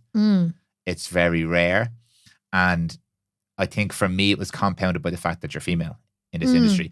Whether or not that's a popular comment to make, people don't want to talk about the differences between men and women nowadays, but like, you're dealing with a lot of men who have sexually assaulted a lot of women. Yes. Yeah. 99% of my clients are male, and yeah. With the sexual offences, overwhelmingly so, the victims are female. Yeah. So, I mean, I think, and that's something I name as well with the clients too, because I take a very detailed sexual history from them, like literally, detailing all sorts of things in terms of like, when do they start masturbating, to what frequency, talking about sexual fantasies, very, very, very detailed. And I sort of just named to them like, look, I appreciate that this is hard to speak about to a stranger, and I don't mind a woman as well, and I think they do possibly come in and think, because they've said this to me, where they've come in, and they see I'm a woman. Often people think I'm a man because they don't know the name Ríoghnach. They come in and are like, oh, you're female, and they say to me like, God, I just thought you would automatically hate me and condemn me and have no time to listen to my story, because you're female, yeah, I think. But what I think actually that's a good thing, being a female therapist, because sometimes what has played a role in it is misogynistic attitudes, that the stereotypes, is true a lot of the time, which is, the man just felt, men you feel entitled to sex, and, that man just wanted to get his sexual needs met, so he just went and raped this woman, these kind of ideas. And sometimes there is misogyny and entitlements at play. So I think it can be very good then, as a female therapist, that I can see that in the dynamic between me and the client. And actually, if it comes up, I will name it with the clients. So, that's like gold dust to a psychologist or a psychotherapist, is if the problem that the person has, if it gets played out between you and the client, it's like, you can see it in real life. Yes, and it's like the best thing ever when you can say to the clients, do you notice what's happening between us? Did you notice that whenever I speak, you interrupt me? Or are you noticing that you always, you always say that I'm wrong, or you're not listening to perhaps the alternative view that I'm presenting? Those kind of examples maybe of where there could be kind of misogyny at play, or just, kind of, I suppose, more anti-female ideas. If I feel like it's indicating that the person is just thinking she's female, so she doesn't know anything, and I'm not going to listen to her, I can kind of call out the person on that, and then I'll say something to them like, okay, let's explore that. Let's talk about, again, coming back to the family, let's talk about your experience of your mother. Tell me about your mother. It's the classic. The classic, yeah. And we'll explore their kind of, their experience of women and females in their life, and where they might have developed a kind of an attitude that women are not as worthy as men, or not to be listened to, or not to be trusted, or any of that stuff. So you can definitely use it as a platform, or a segue into kind of exploring all of that. Okay. So that's what I like about being a female working with male offenders. I think it's like I have another a tool in my toolbox, or something in my arsenal to kind of use to open up the person a bit more, Yeah. But I guess, what way do I feel about, like, again, it's just coming to them with this idea of that this person, if they were a small child and you said to them, do you want to grow up to be a rapist or a sex offender, they're not going to voluntarily say that, yes, I did, So a whole lot of stuff went wrong for them. With the sex offenders, you generally have a whole kind of host of problems that happened with the lack of coping skills development, and then it's usually that combined with some sort of trauma in their sexual functioning, or some sort of abnormality that developed in their sexual functioning. So we had the violent offenders, which is, they have all their kind of lack of coping skills, lack of self-esteem, lack of emotional regulation, combined with the learned behaviour of violence modeled to them.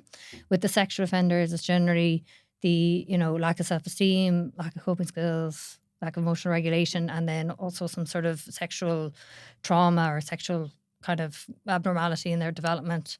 So a lot of them, about 30%, will have been sexually abused themselves when they were children, say, for example, if they have offended against children, or they can really lack the kind of social skills to interact with women, other adult women.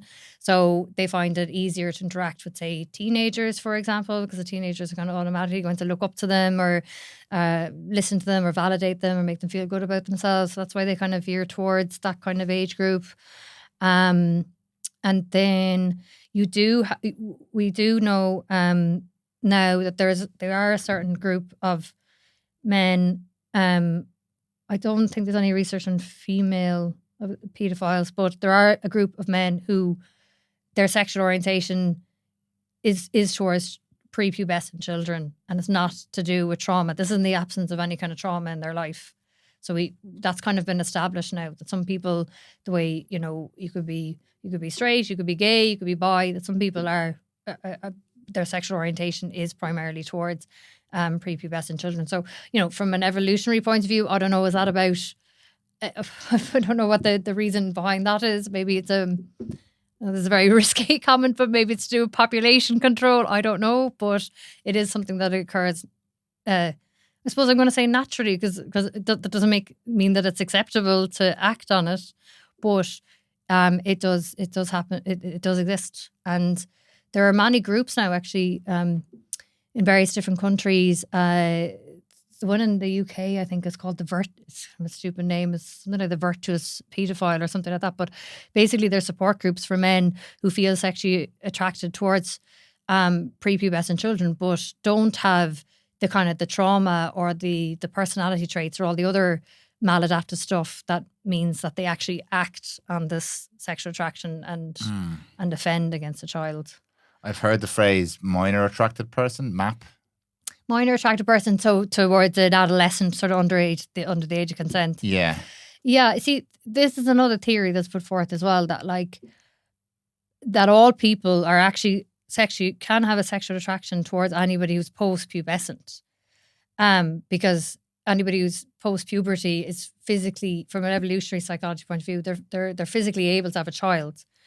And the thinking is that it's just been over hundreds of years, thousands of years that we've, conditioned, I suppose, that attraction out of men or women, but that it's kind of there dormant, that now we understand that, a 14-year-old isn't emotionally mature enough or cognitively able to consent to sex, and that we need to protect that child from those situations by having the age of consent. But so interestingly, again, when I'm doing my kind of risk for reoffending, there's one risk factor called deviant sexual interests. But if the perpetrator is only inverted commas, offended against a teenager under the age of consent, that actually doesn't, in the forensic psychology world, that doesn't qualify as a deviant sexual interest. We don't actually recognise that as kind of. Is that since the recent research, or that's always been the way? As long as I've been a forensic psychologist, I don't know now how long that's been the situation, but probably, that research, even that risk tool is based on, is 20 years old, so at least 20 years anyway. That's the thinking. Why is there a category of deviant behaviour? Why is that separated from normal sexual assault, I suppose? So deviant would be, like prepubescent children. That would be considered a deviant sexual interest. Okay. Is it why does that exist? I understand the underage element of it. Are there other behaviours that are categorised as deviant as well? Like, I'm just trying to understand, why does a deviant category? Yeah, so you're going way out there, but like necrophilia, bestiality, that sort of stuff. Interestingly, BDSM behaviours used to be considered deviant sexual behaviours, but that's been changed now in the past kind of about 5 or 10 years. So that was a kind of a huge pushback from forensic psychologists as well, that they were saying like this behaviour, if it's consensual, of course, that's not deviant and it shouldn't be seen as deviant, you know? Yeah. So, our ideas of what deviant behaviour has changed over the years, I suppose, with being gay as well, that was illegal, wasn't it? The 1970s, 73.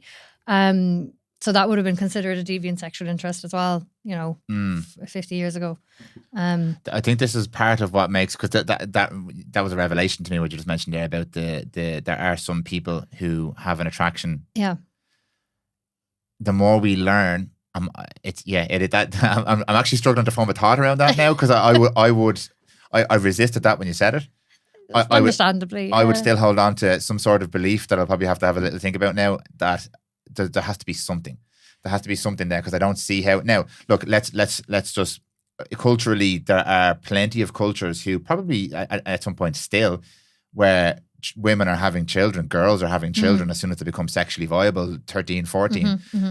We've socially and culturally changed and moved away from that now, but that was the norm for a long time in certain cultures. So far be it from me to try and say this is the way that we're supposed to be as humans. I don't know. I listen to people like yourself, like, what does the research say? But it's difficult to calibrate my brain differently now, having thought a certain way up until 5 minutes ago, and I'm like, hold on, this thing now, this is something that exists outside the realm, because I understood people who have trauma, who have previous history of sexual abuse themselves, etc., etc.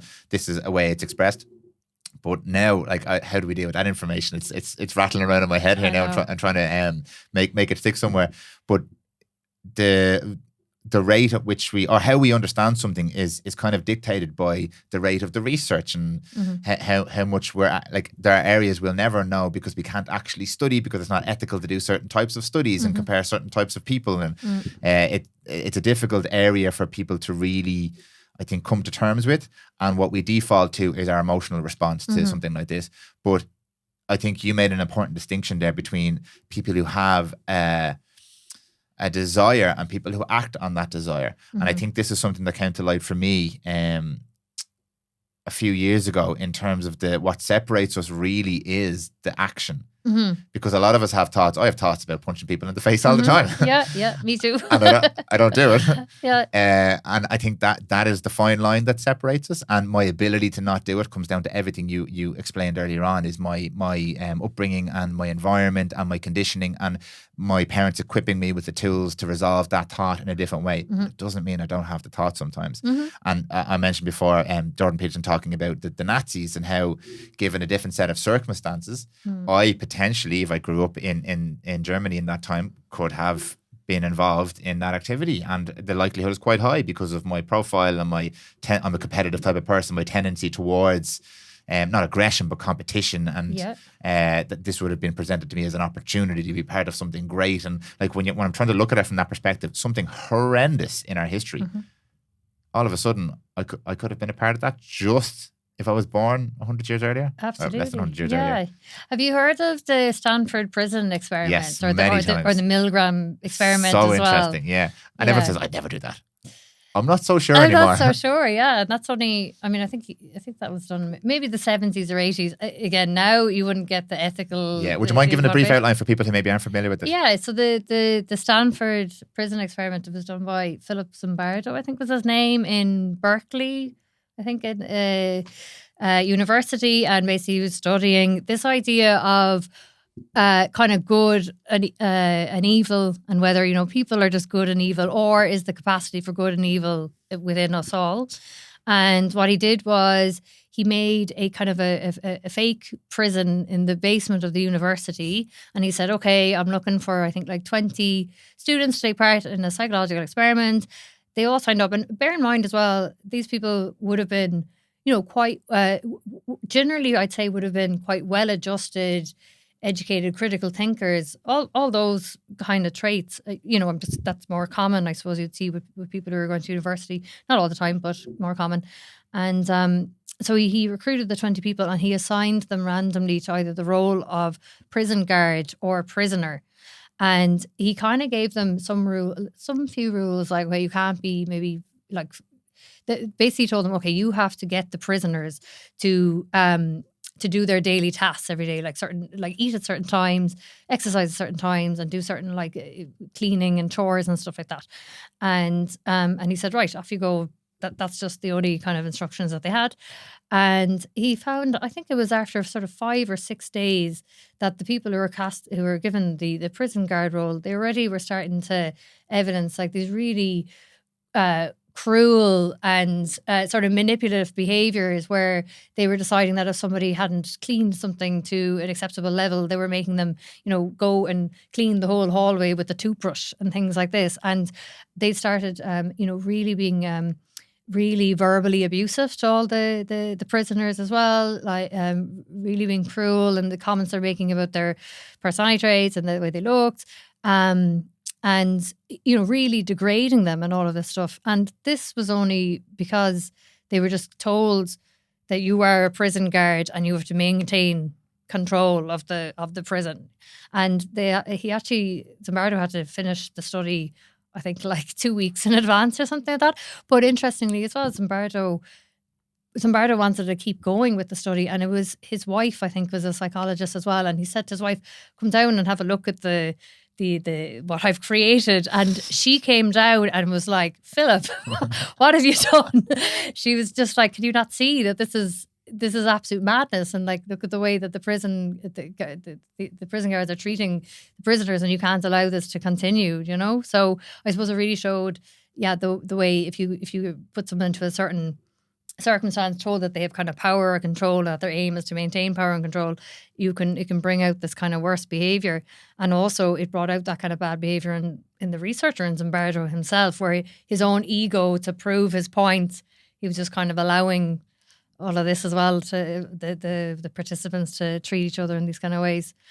So there's that one, and then there's the other famous one is the Milgram experiment, where the participants, they were recruited and they're brought into a room, and they were told, right, this is like, they were told there's another person in the next room that they could hear, and they were told that they were supposed to ask the other person some questions, I think kind of general knowledge questions or something like that. And they were told if the other person gave the incorrect response, that they had to push a button to electrocute them. And the amount that they could electrocute them, like, they could control as well. Now, the person in the other room was a researcher as well, so they were just pretending to be electrocuted. But they found that, again, I think it was something like 90% of the participants were willing to administer an electric shock of like max voltage to the person if they gave the wrong answer to the question. And interestingly, they found differences where if they had one of the researchers come in and wear kind of a white lab coat and tell the participant, okay, no, you have to electrocute the guy, like kind of put pressure on them, then the person was more likely to administer the electric shock as well. So I guess it was speaking to the idea that, again, when somebody's giving orders to you, you're more likely, obviously, to kind of follow them as well. To comply, yeah. So it's kind of that Nuremberg defense, I think, that was used with the Nazis as well. They kind of say, I was just following orders. But there's loads of mad stuff, like, we look at people's compliance as a personality trait, their suggestibility. I'm kind of coming away from the idea of kind of crime now, but things like false confessions, people's propensity to give a false confession as well. I mean, we really are so malleable. Yeah, for sure. Which I think is the important takeaway here. It's we think of ourselves as these complete formed beings, and actually we are a collection of our circumstances, our trauma, our experiences, the stimulus we receive on a daily basis. We are literally just illustrations of everything we've absorbed over the years that we've been alive. And nowadays we're absorbing so much so quickly as well that really messes with the wiring. But like, all of these experiments kind of help illustrate that point, that it doesn't really matter unless you're an outlier. I'm sure there's outliers who can resist this stuff, and people who are so staunch in their belief or have had a particular upbringing. But for the vast majority of people, we live in the middle of that bell curve where we're suggestible, we're malleable, we're manipulatable. If that's even a word, I don't know if that's a word, but it's a good one. It's a word now. And that there's a resistance in all of us to that, because we like to think that we're completely autonomous. And in reality, we're not at all. We're actually really far on the far end of the spectrum, I think. And all you have to do is look at the psychology and marketing, and you'll realise exactly how much we're being influenced, without going too tinfoil hat in the whole thing, because I'll be here another 3 hours to get my tinfoil hat out. We are extremely suggestible. Yes. And it has nothing really to do with how good or bad we view ourselves. It just depends on the circumstances. And there's a woman I used to work with, a lovely woman, and she always used to have this phrase, there for the grace of God, go I. And she said, because we used to have like all sorts of people come through the clinic we worked in, there could be people really struggling with addiction, homeless people who were wildly successful, famous people. And she used to say about everybody, she's like, but from my circumstances and my upbringing, that could have been me. I could have been the addict from the street. I could have also been the super successful business person. I've just been influenced in a certain way to be the person that I am now. And I was like, wow, that's it was really profound for me to hear her say it, even though it sounds really simple. Absolutely. No, for sure. And I think that does get hard when you talk about, bringing it back to the forensic piece, it does get hard when you think about sex offenders. I do understand that, because that's one that's kind of, it's hard to think like, how could anybody actually sexually offend, particularly against a child. But again, it's usually, so if we take the people who sexually offend against a child who have the paedophilic interest, they have the paedophilic interest, and then a load of other shit went wrong in their life as well. Okay. That combined all together means that they act on usually you'll have it combined with some kind of sex addiction, basically, where sexual pleasure is their main coping skill. So that's generally the problem with most sex offenders, is that they have some sort of sexual trauma combined with using sex as a coping skill, and it's those things together that are kind of being played out. And then also they're often lacking, as I said, the social skills to have an intimate relationship or one-off sexual encounters with people their own age as well. So they're often looking, yes, they're getting their sexual needs met, but it's never just their sexual needs. It's always their emotional and psychological needs as well, which they're unable to meet in other healthy ways. Yeah, and there's in a lot of cases an inextricable link between your sexual needs and your emotional needs and your spiritual needs, and you can't. It's hard to separate all these things. Yeah. Unless you've really got your shit in order, unless you're a super disciplined person, all these different areas are like you can unlink them from each other. And this doesn't mean this about me, but I don't know if that's even possible to do as a human. I think we're very complex that way. Absolutely, yeah, and that's what I often see also actually with sex offenders, is that often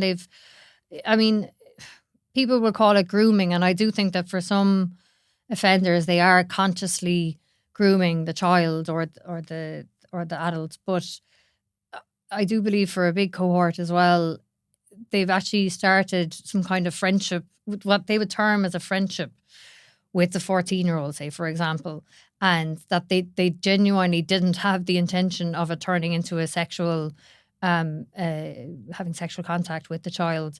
But it's that blurring of lines, I think, between emotional needs and sexual needs, which I think is more prevalent for men as well, I find, than for women. And I think that that's a piece we can't ignore as well, which is the idea that men have just an abundance more of testosterone and are typically more sexually preoccupied than women, on average. So I think that's a huge piece of it as well. And yeah, so for a big cohort of offenders, they've built a kind of an emotional attachment with the victim, and then it turns into a sexual attraction as well. They didn't even kind of set out for it to be a sexual situation, but it just sort of contributed into that and kind of escalated into it. Yeah, where their sexual needs just kind of paired with their emotional needs then as well.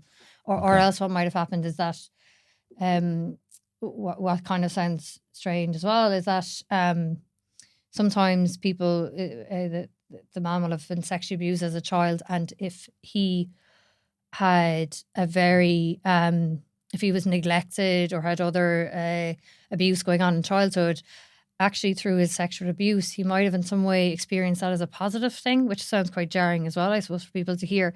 But if they were sexually abused over a period of time, that might have been actually the only time in their childhood where they felt special or wanted, or they were being given attention.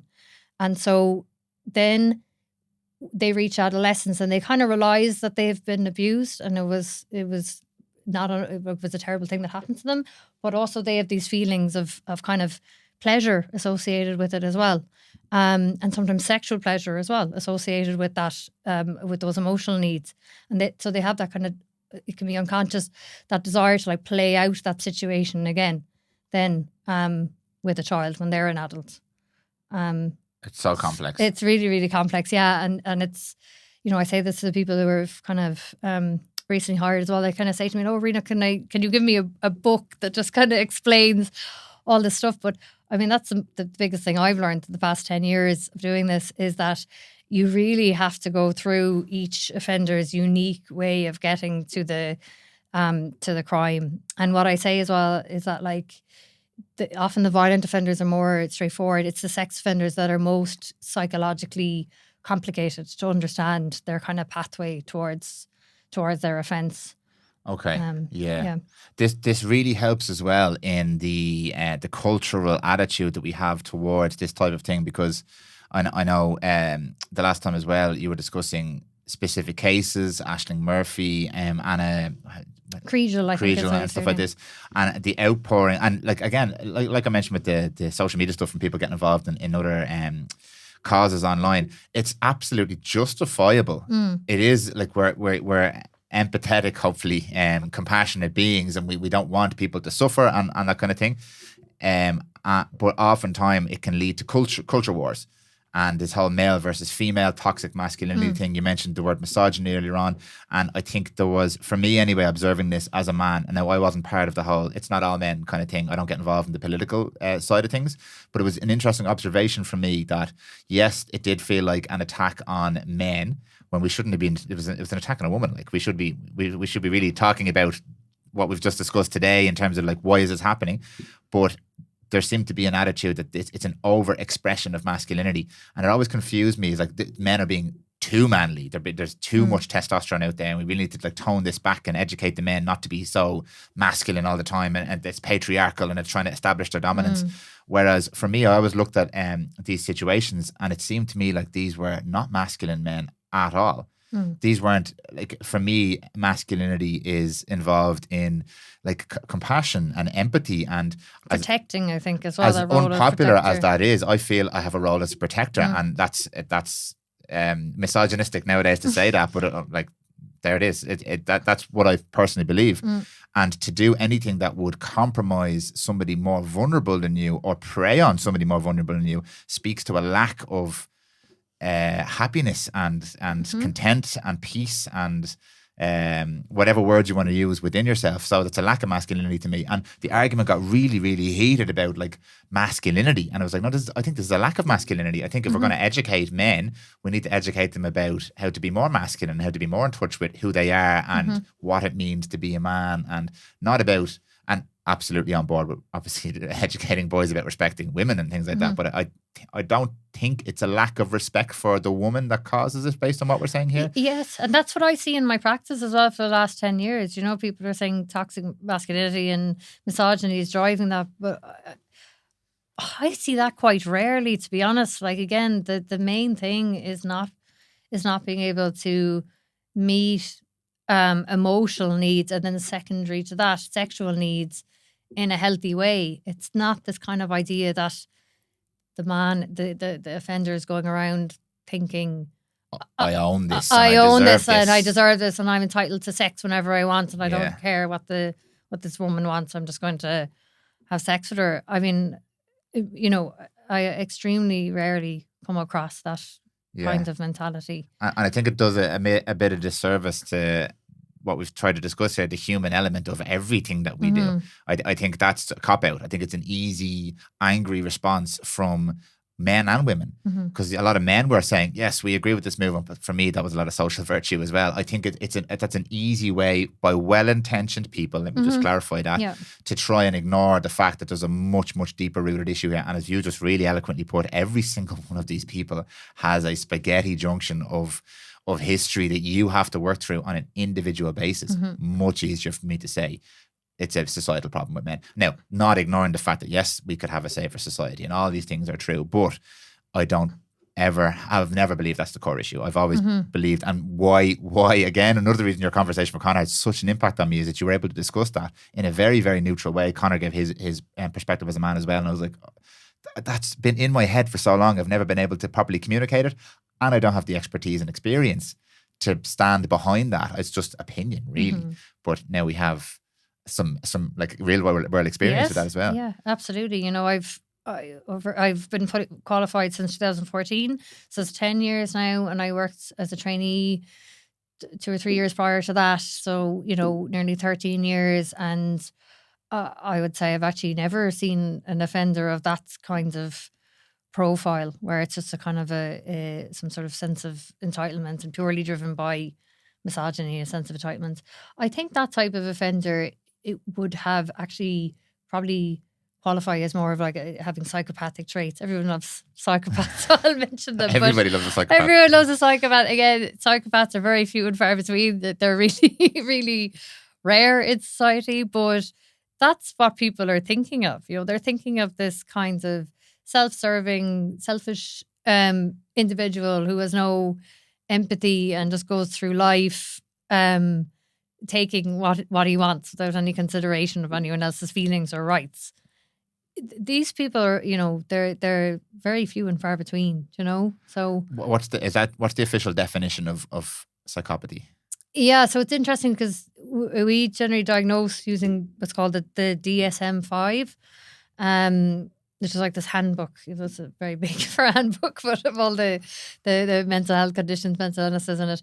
And psychopathy isn't in it. So it's actually not recognised as an actual kind of mental illness, if you like. The closest thing we have to it is called antisocial personality disorder, which is somebody who basically primarily doesn't have respect for the rights of other people, and does act in a kind of a selfish kind of parasitic, as they say, lifestyle, where it's just about kind of using other people for their own gains.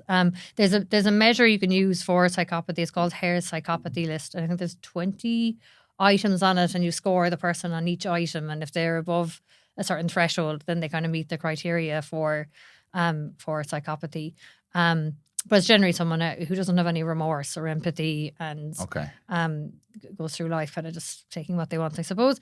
And in relation to that, it looks like that is a kind of a biological phenomenon as well, genetic biological phenomenon, where a person has an underactive amygdala, which is kind of part of your emotional processing part of your brain. So it seems that they're actually just sort of biologically incapable of empathy. What's very interesting, and I have this kind of debate a lot, it comes up a lot for me in my practice, is that I'll get clients who present as if they're psychopaths. So they might look like that that they have no empathy or remorse, and they're going through life just taking advantage of people. But that's actually a way that they've learned to survive given their background. So where I typically see that is with male clients who were put into care very early on. So really, really like severe kind of neglects and say physical abuse in their family of origin, were taken into state care, and then maybe possibly were abused in state care as well in various different ways. Were kind of passed from pillar to post, different care settings, no positive attachments with any, or relationships with any adults in their life. Really learned from a young age that they just, kind of a kill or be killed kinds of attitude. And they've experienced homelessness from a young age, and they've never received consistent or nurturing love in their life, basically. And always the question with them when I work with them is like, okay, if I can be the kind of one of the first people in their lives who provide a consistent and nurturing care to them, I won't say the word love exactly, that's not really I suppose it's appropriate to use in the therapeutic way, but it almost has that same effect. We talk about, as a therapist, you're reparenting the clients, Okay. So you're consistently there for them, every week or whatever the agreed upon time is. If they kind of miss sessions or don't show up, you don't terminate the therapy. You're unconditionally there for them, and they'll come in and they'll probably tell you that they don't care that they did X, Y, or Z to any person, and often it is because they're testing you. They're just assuming that you're going to reject them, just like everyone else did. So you have to kind of show them that you're there for them regardless of that. And it takes a long time, but if you can be that kind of nurturing, consistent, positive influence for them and help them as well change their environment in some kind of practical ways, try to help them get some sort of stable place to live.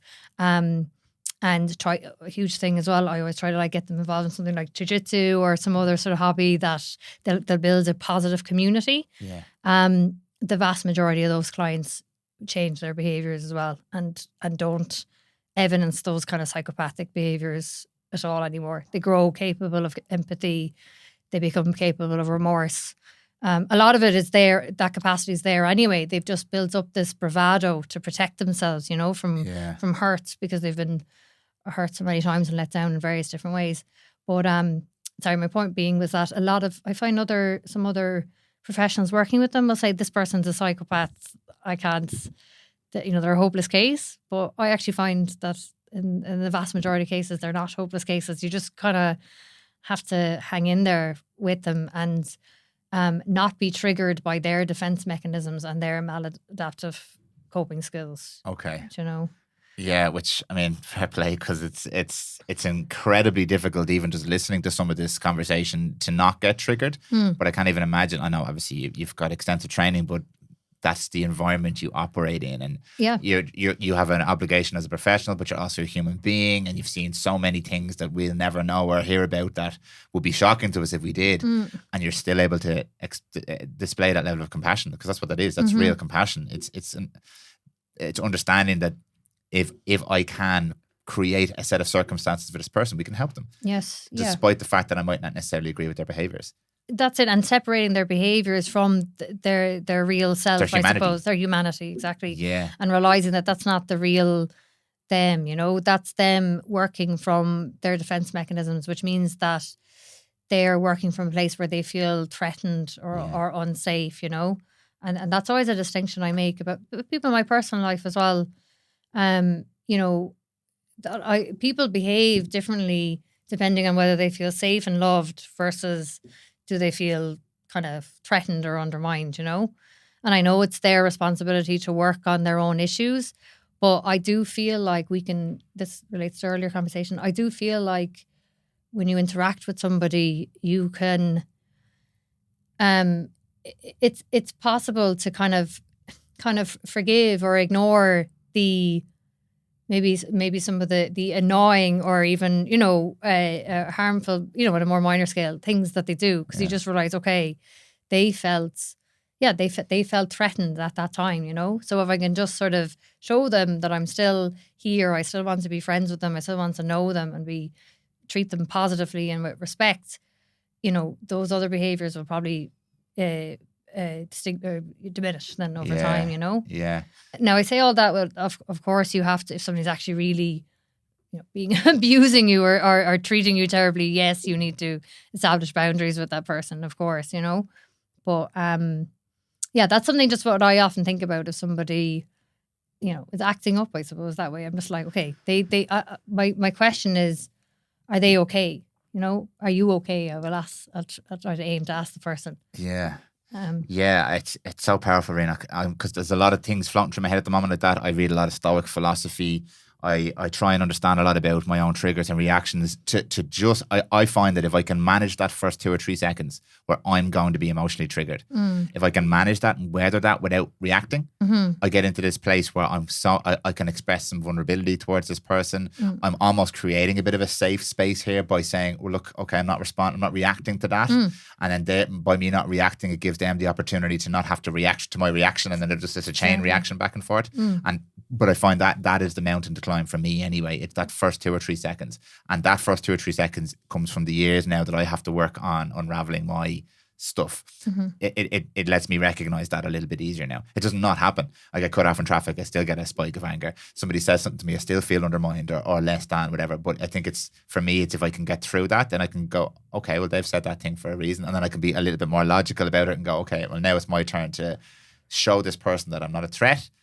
Try and show them that it's safer, like with my children as well. Like, Daddy's not going to get angry if you cry or do something or whatever. He's going to give you some space to express yourself. And then, okay, so Daddy's a safe person. So now I can express myself a little bit more. And all of a sudden I feel a little bit better inside myself. And now I understand myself. Like, it's this positive chain reaction as opposed to the negative chain reaction I mentioned before. For sure. And I think it's important to say that, we should never feel bad about say maybe what emotions we experience in response to an event or a stimuli or whatever, but it's all about how we choose to respond to that emotion then, that's the important point. So it's okay to have the spikes and anger and all of that, but it's just then how you choose to react to those. Yeah. And I think you mentioned, with your children there, I think the stuff I'm talking about, it people usually kind of agree and come on board with it when we think about children, if I say, you have a child and they're acting out, like say if they are screaming or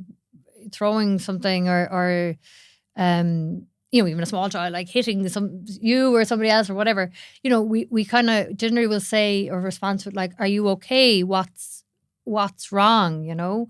But it seems to be that when people become adults, and I know the idea is that they're adults now, they should be responsible, but as soon as they're adults, we kind of say, we kind of forget about the piece of like, what, are they okay? What's wrong? Why are they behaving that way? Why are they acting out? We just look at the behavior as an extension of who they are, as opposed to as a symptom of what they're feeling. Yes, yeah, exactly. And I suppose I do understand the piece that like, okay, they're adults, they should be able to manage their behavior, but like, what if they were never taught to do so? They actually can't manage their behavior. They can't regulate their behavior. They need the help to do it. So I really appreciate that. I really do. And again, I don't want to keep saying this, but that now you can understand why the conversation you had such an impact on me, because this is really a deep level of compassion that's hard to achieve, and you've managed to come. I don't know. I didn't know you personally. I don't know if you came to this through your personal experiences, or did the professional training you have help you see this? Did your interaction with these offenders give you like an accelerated crash course in like really seeing through the behavior to the person underneath? But whatever it is, it's really, really profound to me anyway, because it's practical, it's real, it's tangible. I read a lot around psychology, and I talk to a lot of people around these kind of almost abstract concepts of self and compassion, and I've experienced some psychedelic experiences as well, which kind of like a pulling back of the curtain for me, which really helped me to consolidate this information in my head. But to hear you explain it in like really practical terms of people who struggle at the extreme ends of society with this stuff, and there's consequences involved, it's very, very helpful. Okay, very, which is very great helpful. to hear. Which is Yeah, great, yeah.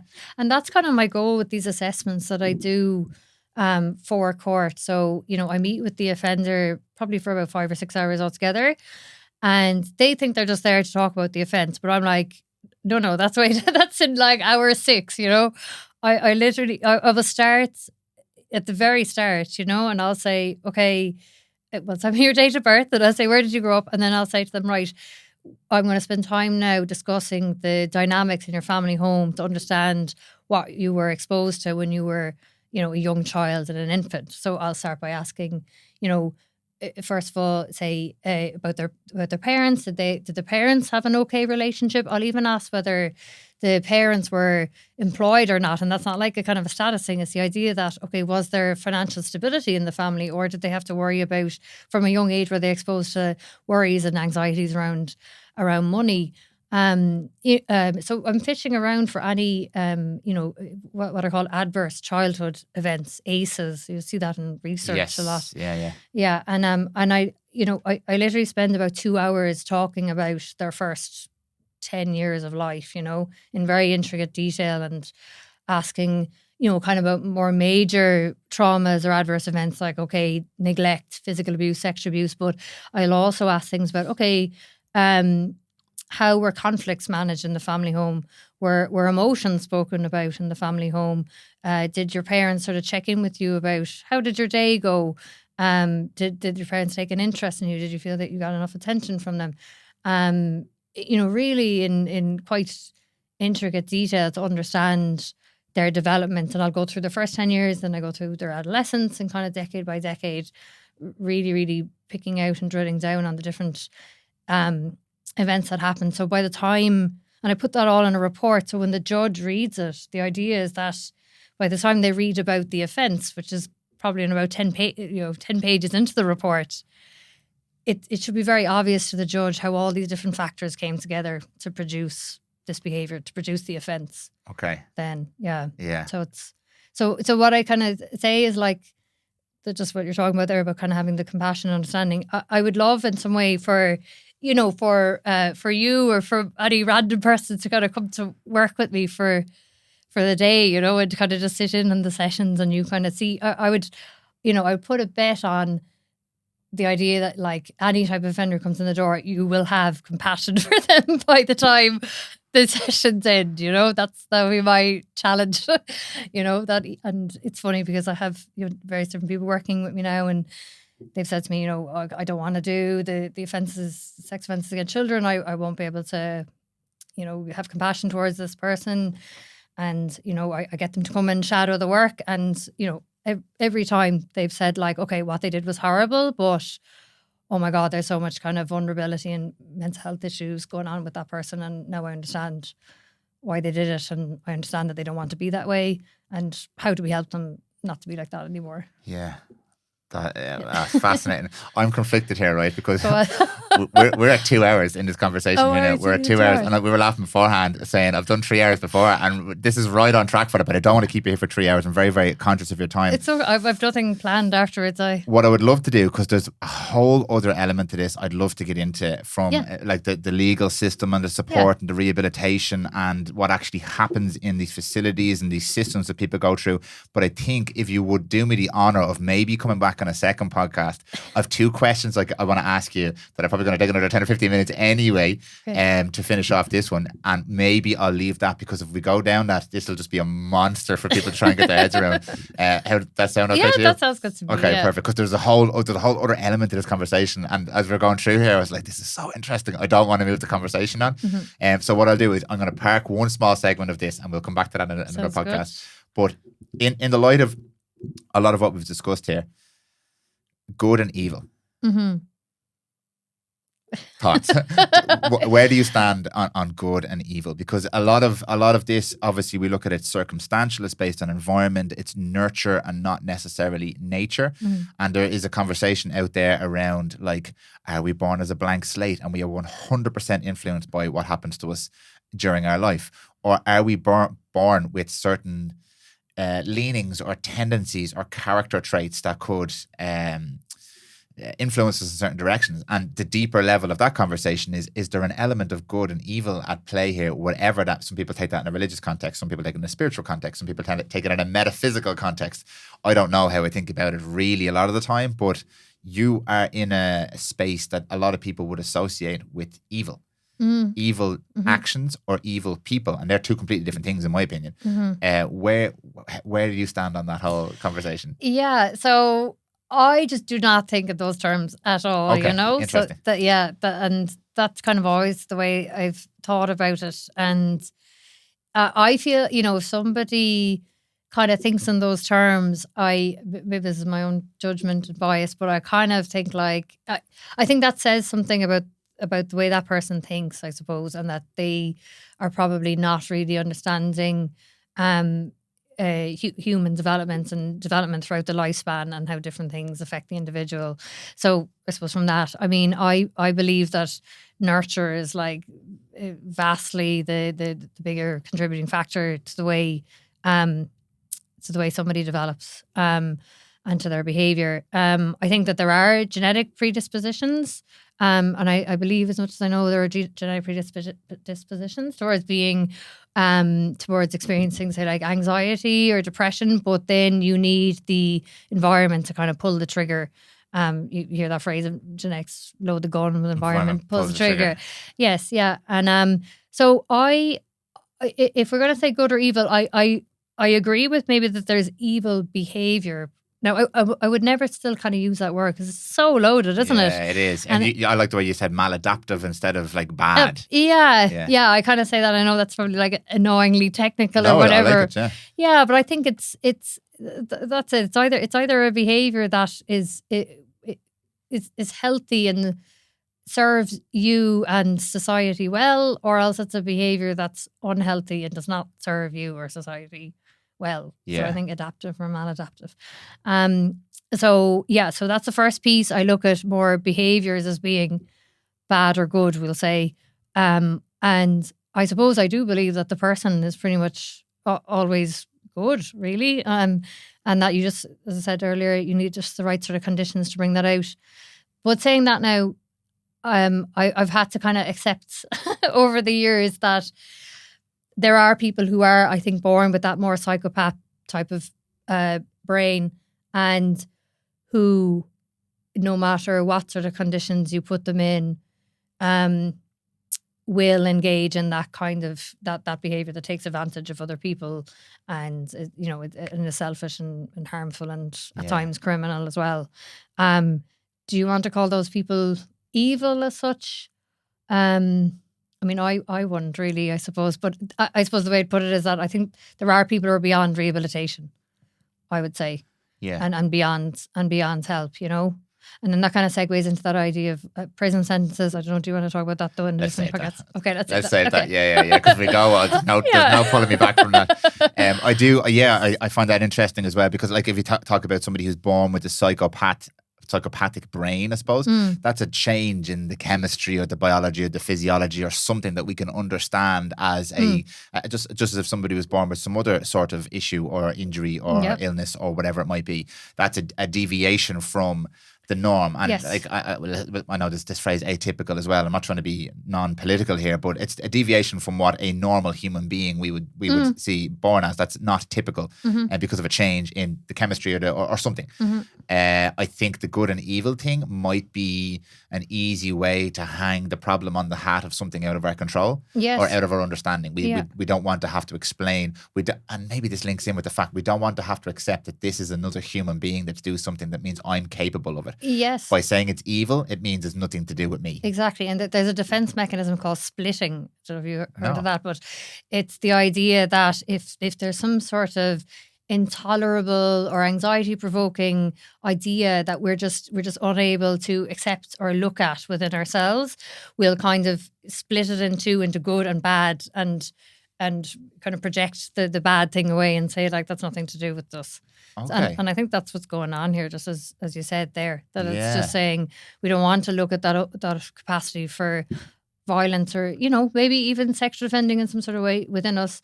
And so we say, no, that's just what evil people do. Yeah. And you mentioned earlier on the word is loaded. I think a lot of our issues or a lot of our differences come down to language. Like we've designed these sounds that come out of our face to represent things that are in our head. And the thing that's in my head is so much more complex than the word that's come out of my mouth, which is often a problem for me as a podcaster. But the word evil, depending on who you are, the word evil will mean something different to you. If you're someone deeply religious, you think of evil, you think of the devil and Lucifer, and then if you're not, you think of it maybe as a dark energy or an antimatter or something like that. And if you read a lot of fantasy books like me, you think of it as something completely different. So I think the word itself is, as you said, so loaded that when I say it, it means something to you. When you say it means something to somebody else. So it's not a reliable metric or a reliable label for us to use. But I think we can all agree when we say that was an evil action. It's an action that we view as something deplorable or upsetting. Or so that's okay for me, people using that. But the person is evil because they did this. I understand what we're saying. We're saying we are not comfortable or happy with what this person has done. But if we just leave it there, then there's no way that we can actually figure out how to prevent this in the future. Yeah, absolutely. There's no way we can understand it at a deeper level because we can't understand this. We kind of write the person off, Yeah. And that's they're just evil. They're just evil. They were born that way. And they were born that way, and there's no rehabilitating them. They're not capable of change. Yeah. And, where does that leave us then? And it's that's one thing if you're talking about someone who's not their behaviour isn't at criminal levels, but it's a whole different thing if you're talking about somebody who is actually capable of doing serious harm to somebody else. If we just say, oh, they're evil and we can't help them, they'll just keep reoffending then, if we don't help them. Yeah. So there is a bit of a leap of faith there maybe, but we sort of have to believe that they're intrinsically good and they're capable of change. But something I think about is just that, humans, like we're just complicated plants, and that if you water plants, I love you. They will, yeah. And then, so like if you just, water us and give us sunlight, we'll grow into a beautiful, strong, healthy plant. So it's that same idea, I think. You don't have evil trees or, evil rose bushes, you just have ones that either got the water and the good soil and the sunlight, or ones that didn't, you know. That's a nice way of putting it. I often say I genuinely believe that most people are inherently good, but maybe the word good is loaded as well. So maybe we all have the potential to be and lean towards being beautiful and compassionate and caring and loving and all of these positive things. And also, from my perspective, it's in our interest to be that way. Yes. From an evolutionary point of view, we're social animals. So why would we bias away from, why would we bias, and I'm going to use the word deviant, not in what we think of, he's a deviant, but why would we deviate away from the behavior that ingratiates us into the group and makes us feel more of the positive emotions that we want to feel, and it makes us emit more of the chemical and neurological signals that make us we want to move towards. Like, why would we naturally go the other direction? I don't believe we would. I believe most of us want to, or are inclined to, towards this idea of good, but these positive things. Yeah, and again, from that kind of evolutionary psychology point of view, you know, I think we evolved to be in small tribes where there was altruism and we helped each other, and in order for that to work, there has to be compassion and empathy, and and trying to help one another rather than trying to either kill each other or you know, sexually assault each other, you know. So it makes sense, as you're saying, that it's adaptive as a species, if you like, to be kind and caring and compassionate and altruistic. Yeah. And here's more bro science coming in. This is not based on any science or research, by the way, but because people will say, well, there was always violence as well, but the violence tended to not be in well, I don't know. I'm just assuming, right? Just let's make an assumption the violence wasn't within the tribe, because it was in our interest to keep the tribe healthy. And if you didn't contribute to that, you were cast out because you were not conducive to the growth of the tribe. But coming across another tribe, there was loads of violence then, but not because you hated the other tribe, but because you were evil, but because you were simply either protecting your resources and protecting those that you loved, or you needed more to grow and thrive and flourish. So that is also an adaptive behavior, even though the end result was violence and clashes and stuff like that. So again, trying to remove the evil human nature. We always want to dominate. I don't know. I personally choose to believe that yes, the violence and stuff like that in that context, not in the context we were talking about, is came from a place of I want to protect and I want to grow and flourish, not necessarily I want to dominate. Now, there were characters in history that maybe were deviant from normal behaviour as well. They did want to dominate and establish rule, but yeah, I choose to believe that. Yes, and so that kind of lends itself to the idea that if there was enough resources for everybody, we wouldn't be fighting with each other over the resources, you know? Yeah. Which is, I think, as you're saying, and I agree, which is where historically or ancestrally violence came up, I think, was fighting over resources. But if there was enough resources for everybody, I don't think there'd be any motivation for it's history lesson with Dan and Ríoghnach right there. people never know what they're going to get when they come to this podcast. I don't know if I actually helped people who are listening clarify any points here, but I've really enjoyed the conversation. It's been really, really good. To finish on a positive note, I saw this sentence in the link on your bio. It's written in your bio on Instagram. Oh yeah. And I think it's just it's a lovely sentence, and I'd just like you to speak to it a little bit just to finish the podcast off on a positive note. But you've written, using love to reconfigure those misguided into hate. Yes. That's a beautiful sentence. Yeah, I made that up, I don't know, years and years ago, when I was trying to, capture what I'm about. When you think forensic psychology, that is not the first line that comes into my head when I think forensic psychology. I'm thinking CSI and I'm thinking all this like super clinical, and then this was the line that came up. And yes. what's your handle on Instagram is? Superhero Angel of Love. Superhero Angel of Love. Yes. Tell me about this line a little bit. Yeah, I think that's it for me. Is, I kind of alluded to it earlier, like this idea of love. It is love. It doesn't have to be some sort of sexual love, but as in loving fellow human beings, I suppose, and just showing them, compassion and kindness and empathy, and how then that causes compassion and kindness and empathy to grow in that person as well, and I really do feel, as a psychologist and a psychotherapist, I mean, I wouldn't say this in court and the stand, I'll say it to you. This podcast is not admissible in court, by the way. Yes, yeah, exactly. That, I am trying to kind of show love to the person in front of me, and in order for them to be able to receive love and then give love as well over time as a result, Yeah. And I do find that the consistent I suppose positive regard is like the therapeutic word for love, we could say, but a consistent love or positive regard and respect that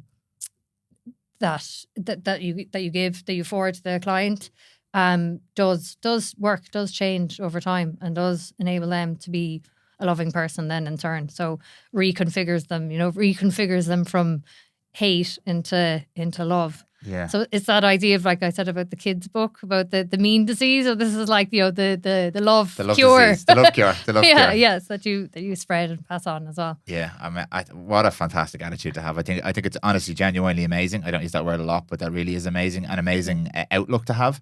There's one thing I want to say here as well. I really do appreciate and acknowledge that we've had quite a lighthearted conversation here today. There might be people listening who have either been a victim of some sort of offence or crime, who know somebody, and this in no way is, in my opinion anyway, intended to undermine how they feel and the anger and pain and hurt. Because I said to you, I have an angry emotional reaction. I have a 6-year-old daughter. I have 3 sisters. I have a fiance. I have female friends. I have male friends. And the thought of anything happening to any of those people fills me with a white blinding rage. It hasn't. So I'm able to sit here and I'm able to have this conversation in a very pleasant way. This is not, from my perspective, intended to undermine those feelings. I completely acknowledge those feelings. But what I'm very interested in is, how do we prevent this happening more? And how do we help the people who are victims and perpetrators of this? As mad as that might sound, and as angry as much anger as there is out there, and I can't say it's not justified, I think the solution is this line. Like, this is why it stood out to me so much. It is trying to transform those negative emotions, the hate and the anger, into a sense of compassion and love. Even if I would never ask somebody who's had something committed against them you should just learn to love this person. But I do genuinely believe at a fundamental level, for us as people, as humans, the more of us that can do this, the less of this will exist.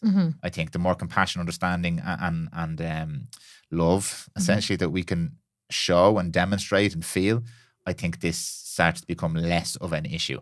And then we have, which we'll talk about in the next podcast, there's consequences. There are consequences for people who do perpetrate these crimes. But I think that line really encompasses that for me, but it's not to invalidate the feelings of anybody who might have had something like this committed to them or someone that they love. Because this can be a hard thing to listen to if you're like, I'm very lucky, again, privileged in this position that I can sit here and I'm not emotionally attached at that depth to the conversation, whereas a lot of people are.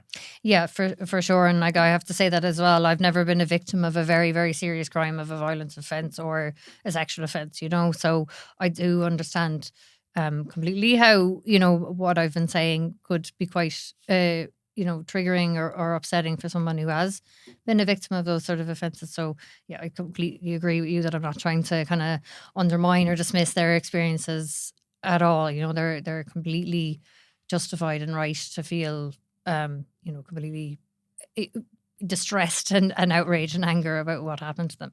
Yeah. And I think just that, when I'm doing therapy sessions and assessment sessions with the offenders, I always am careful not to let the victim, I suppose I say, not be in the room. So what I mean by that is that if I feel like we've come too far away from being aware of what the offender has done to another human being, I will bring that back in and say that to the clients as well, so that we're never kind of just having this sort of conversation that's completely divorced from actually the harm they've caused another person. Yeah. No, thank you for sharing that as well. I do think it's important.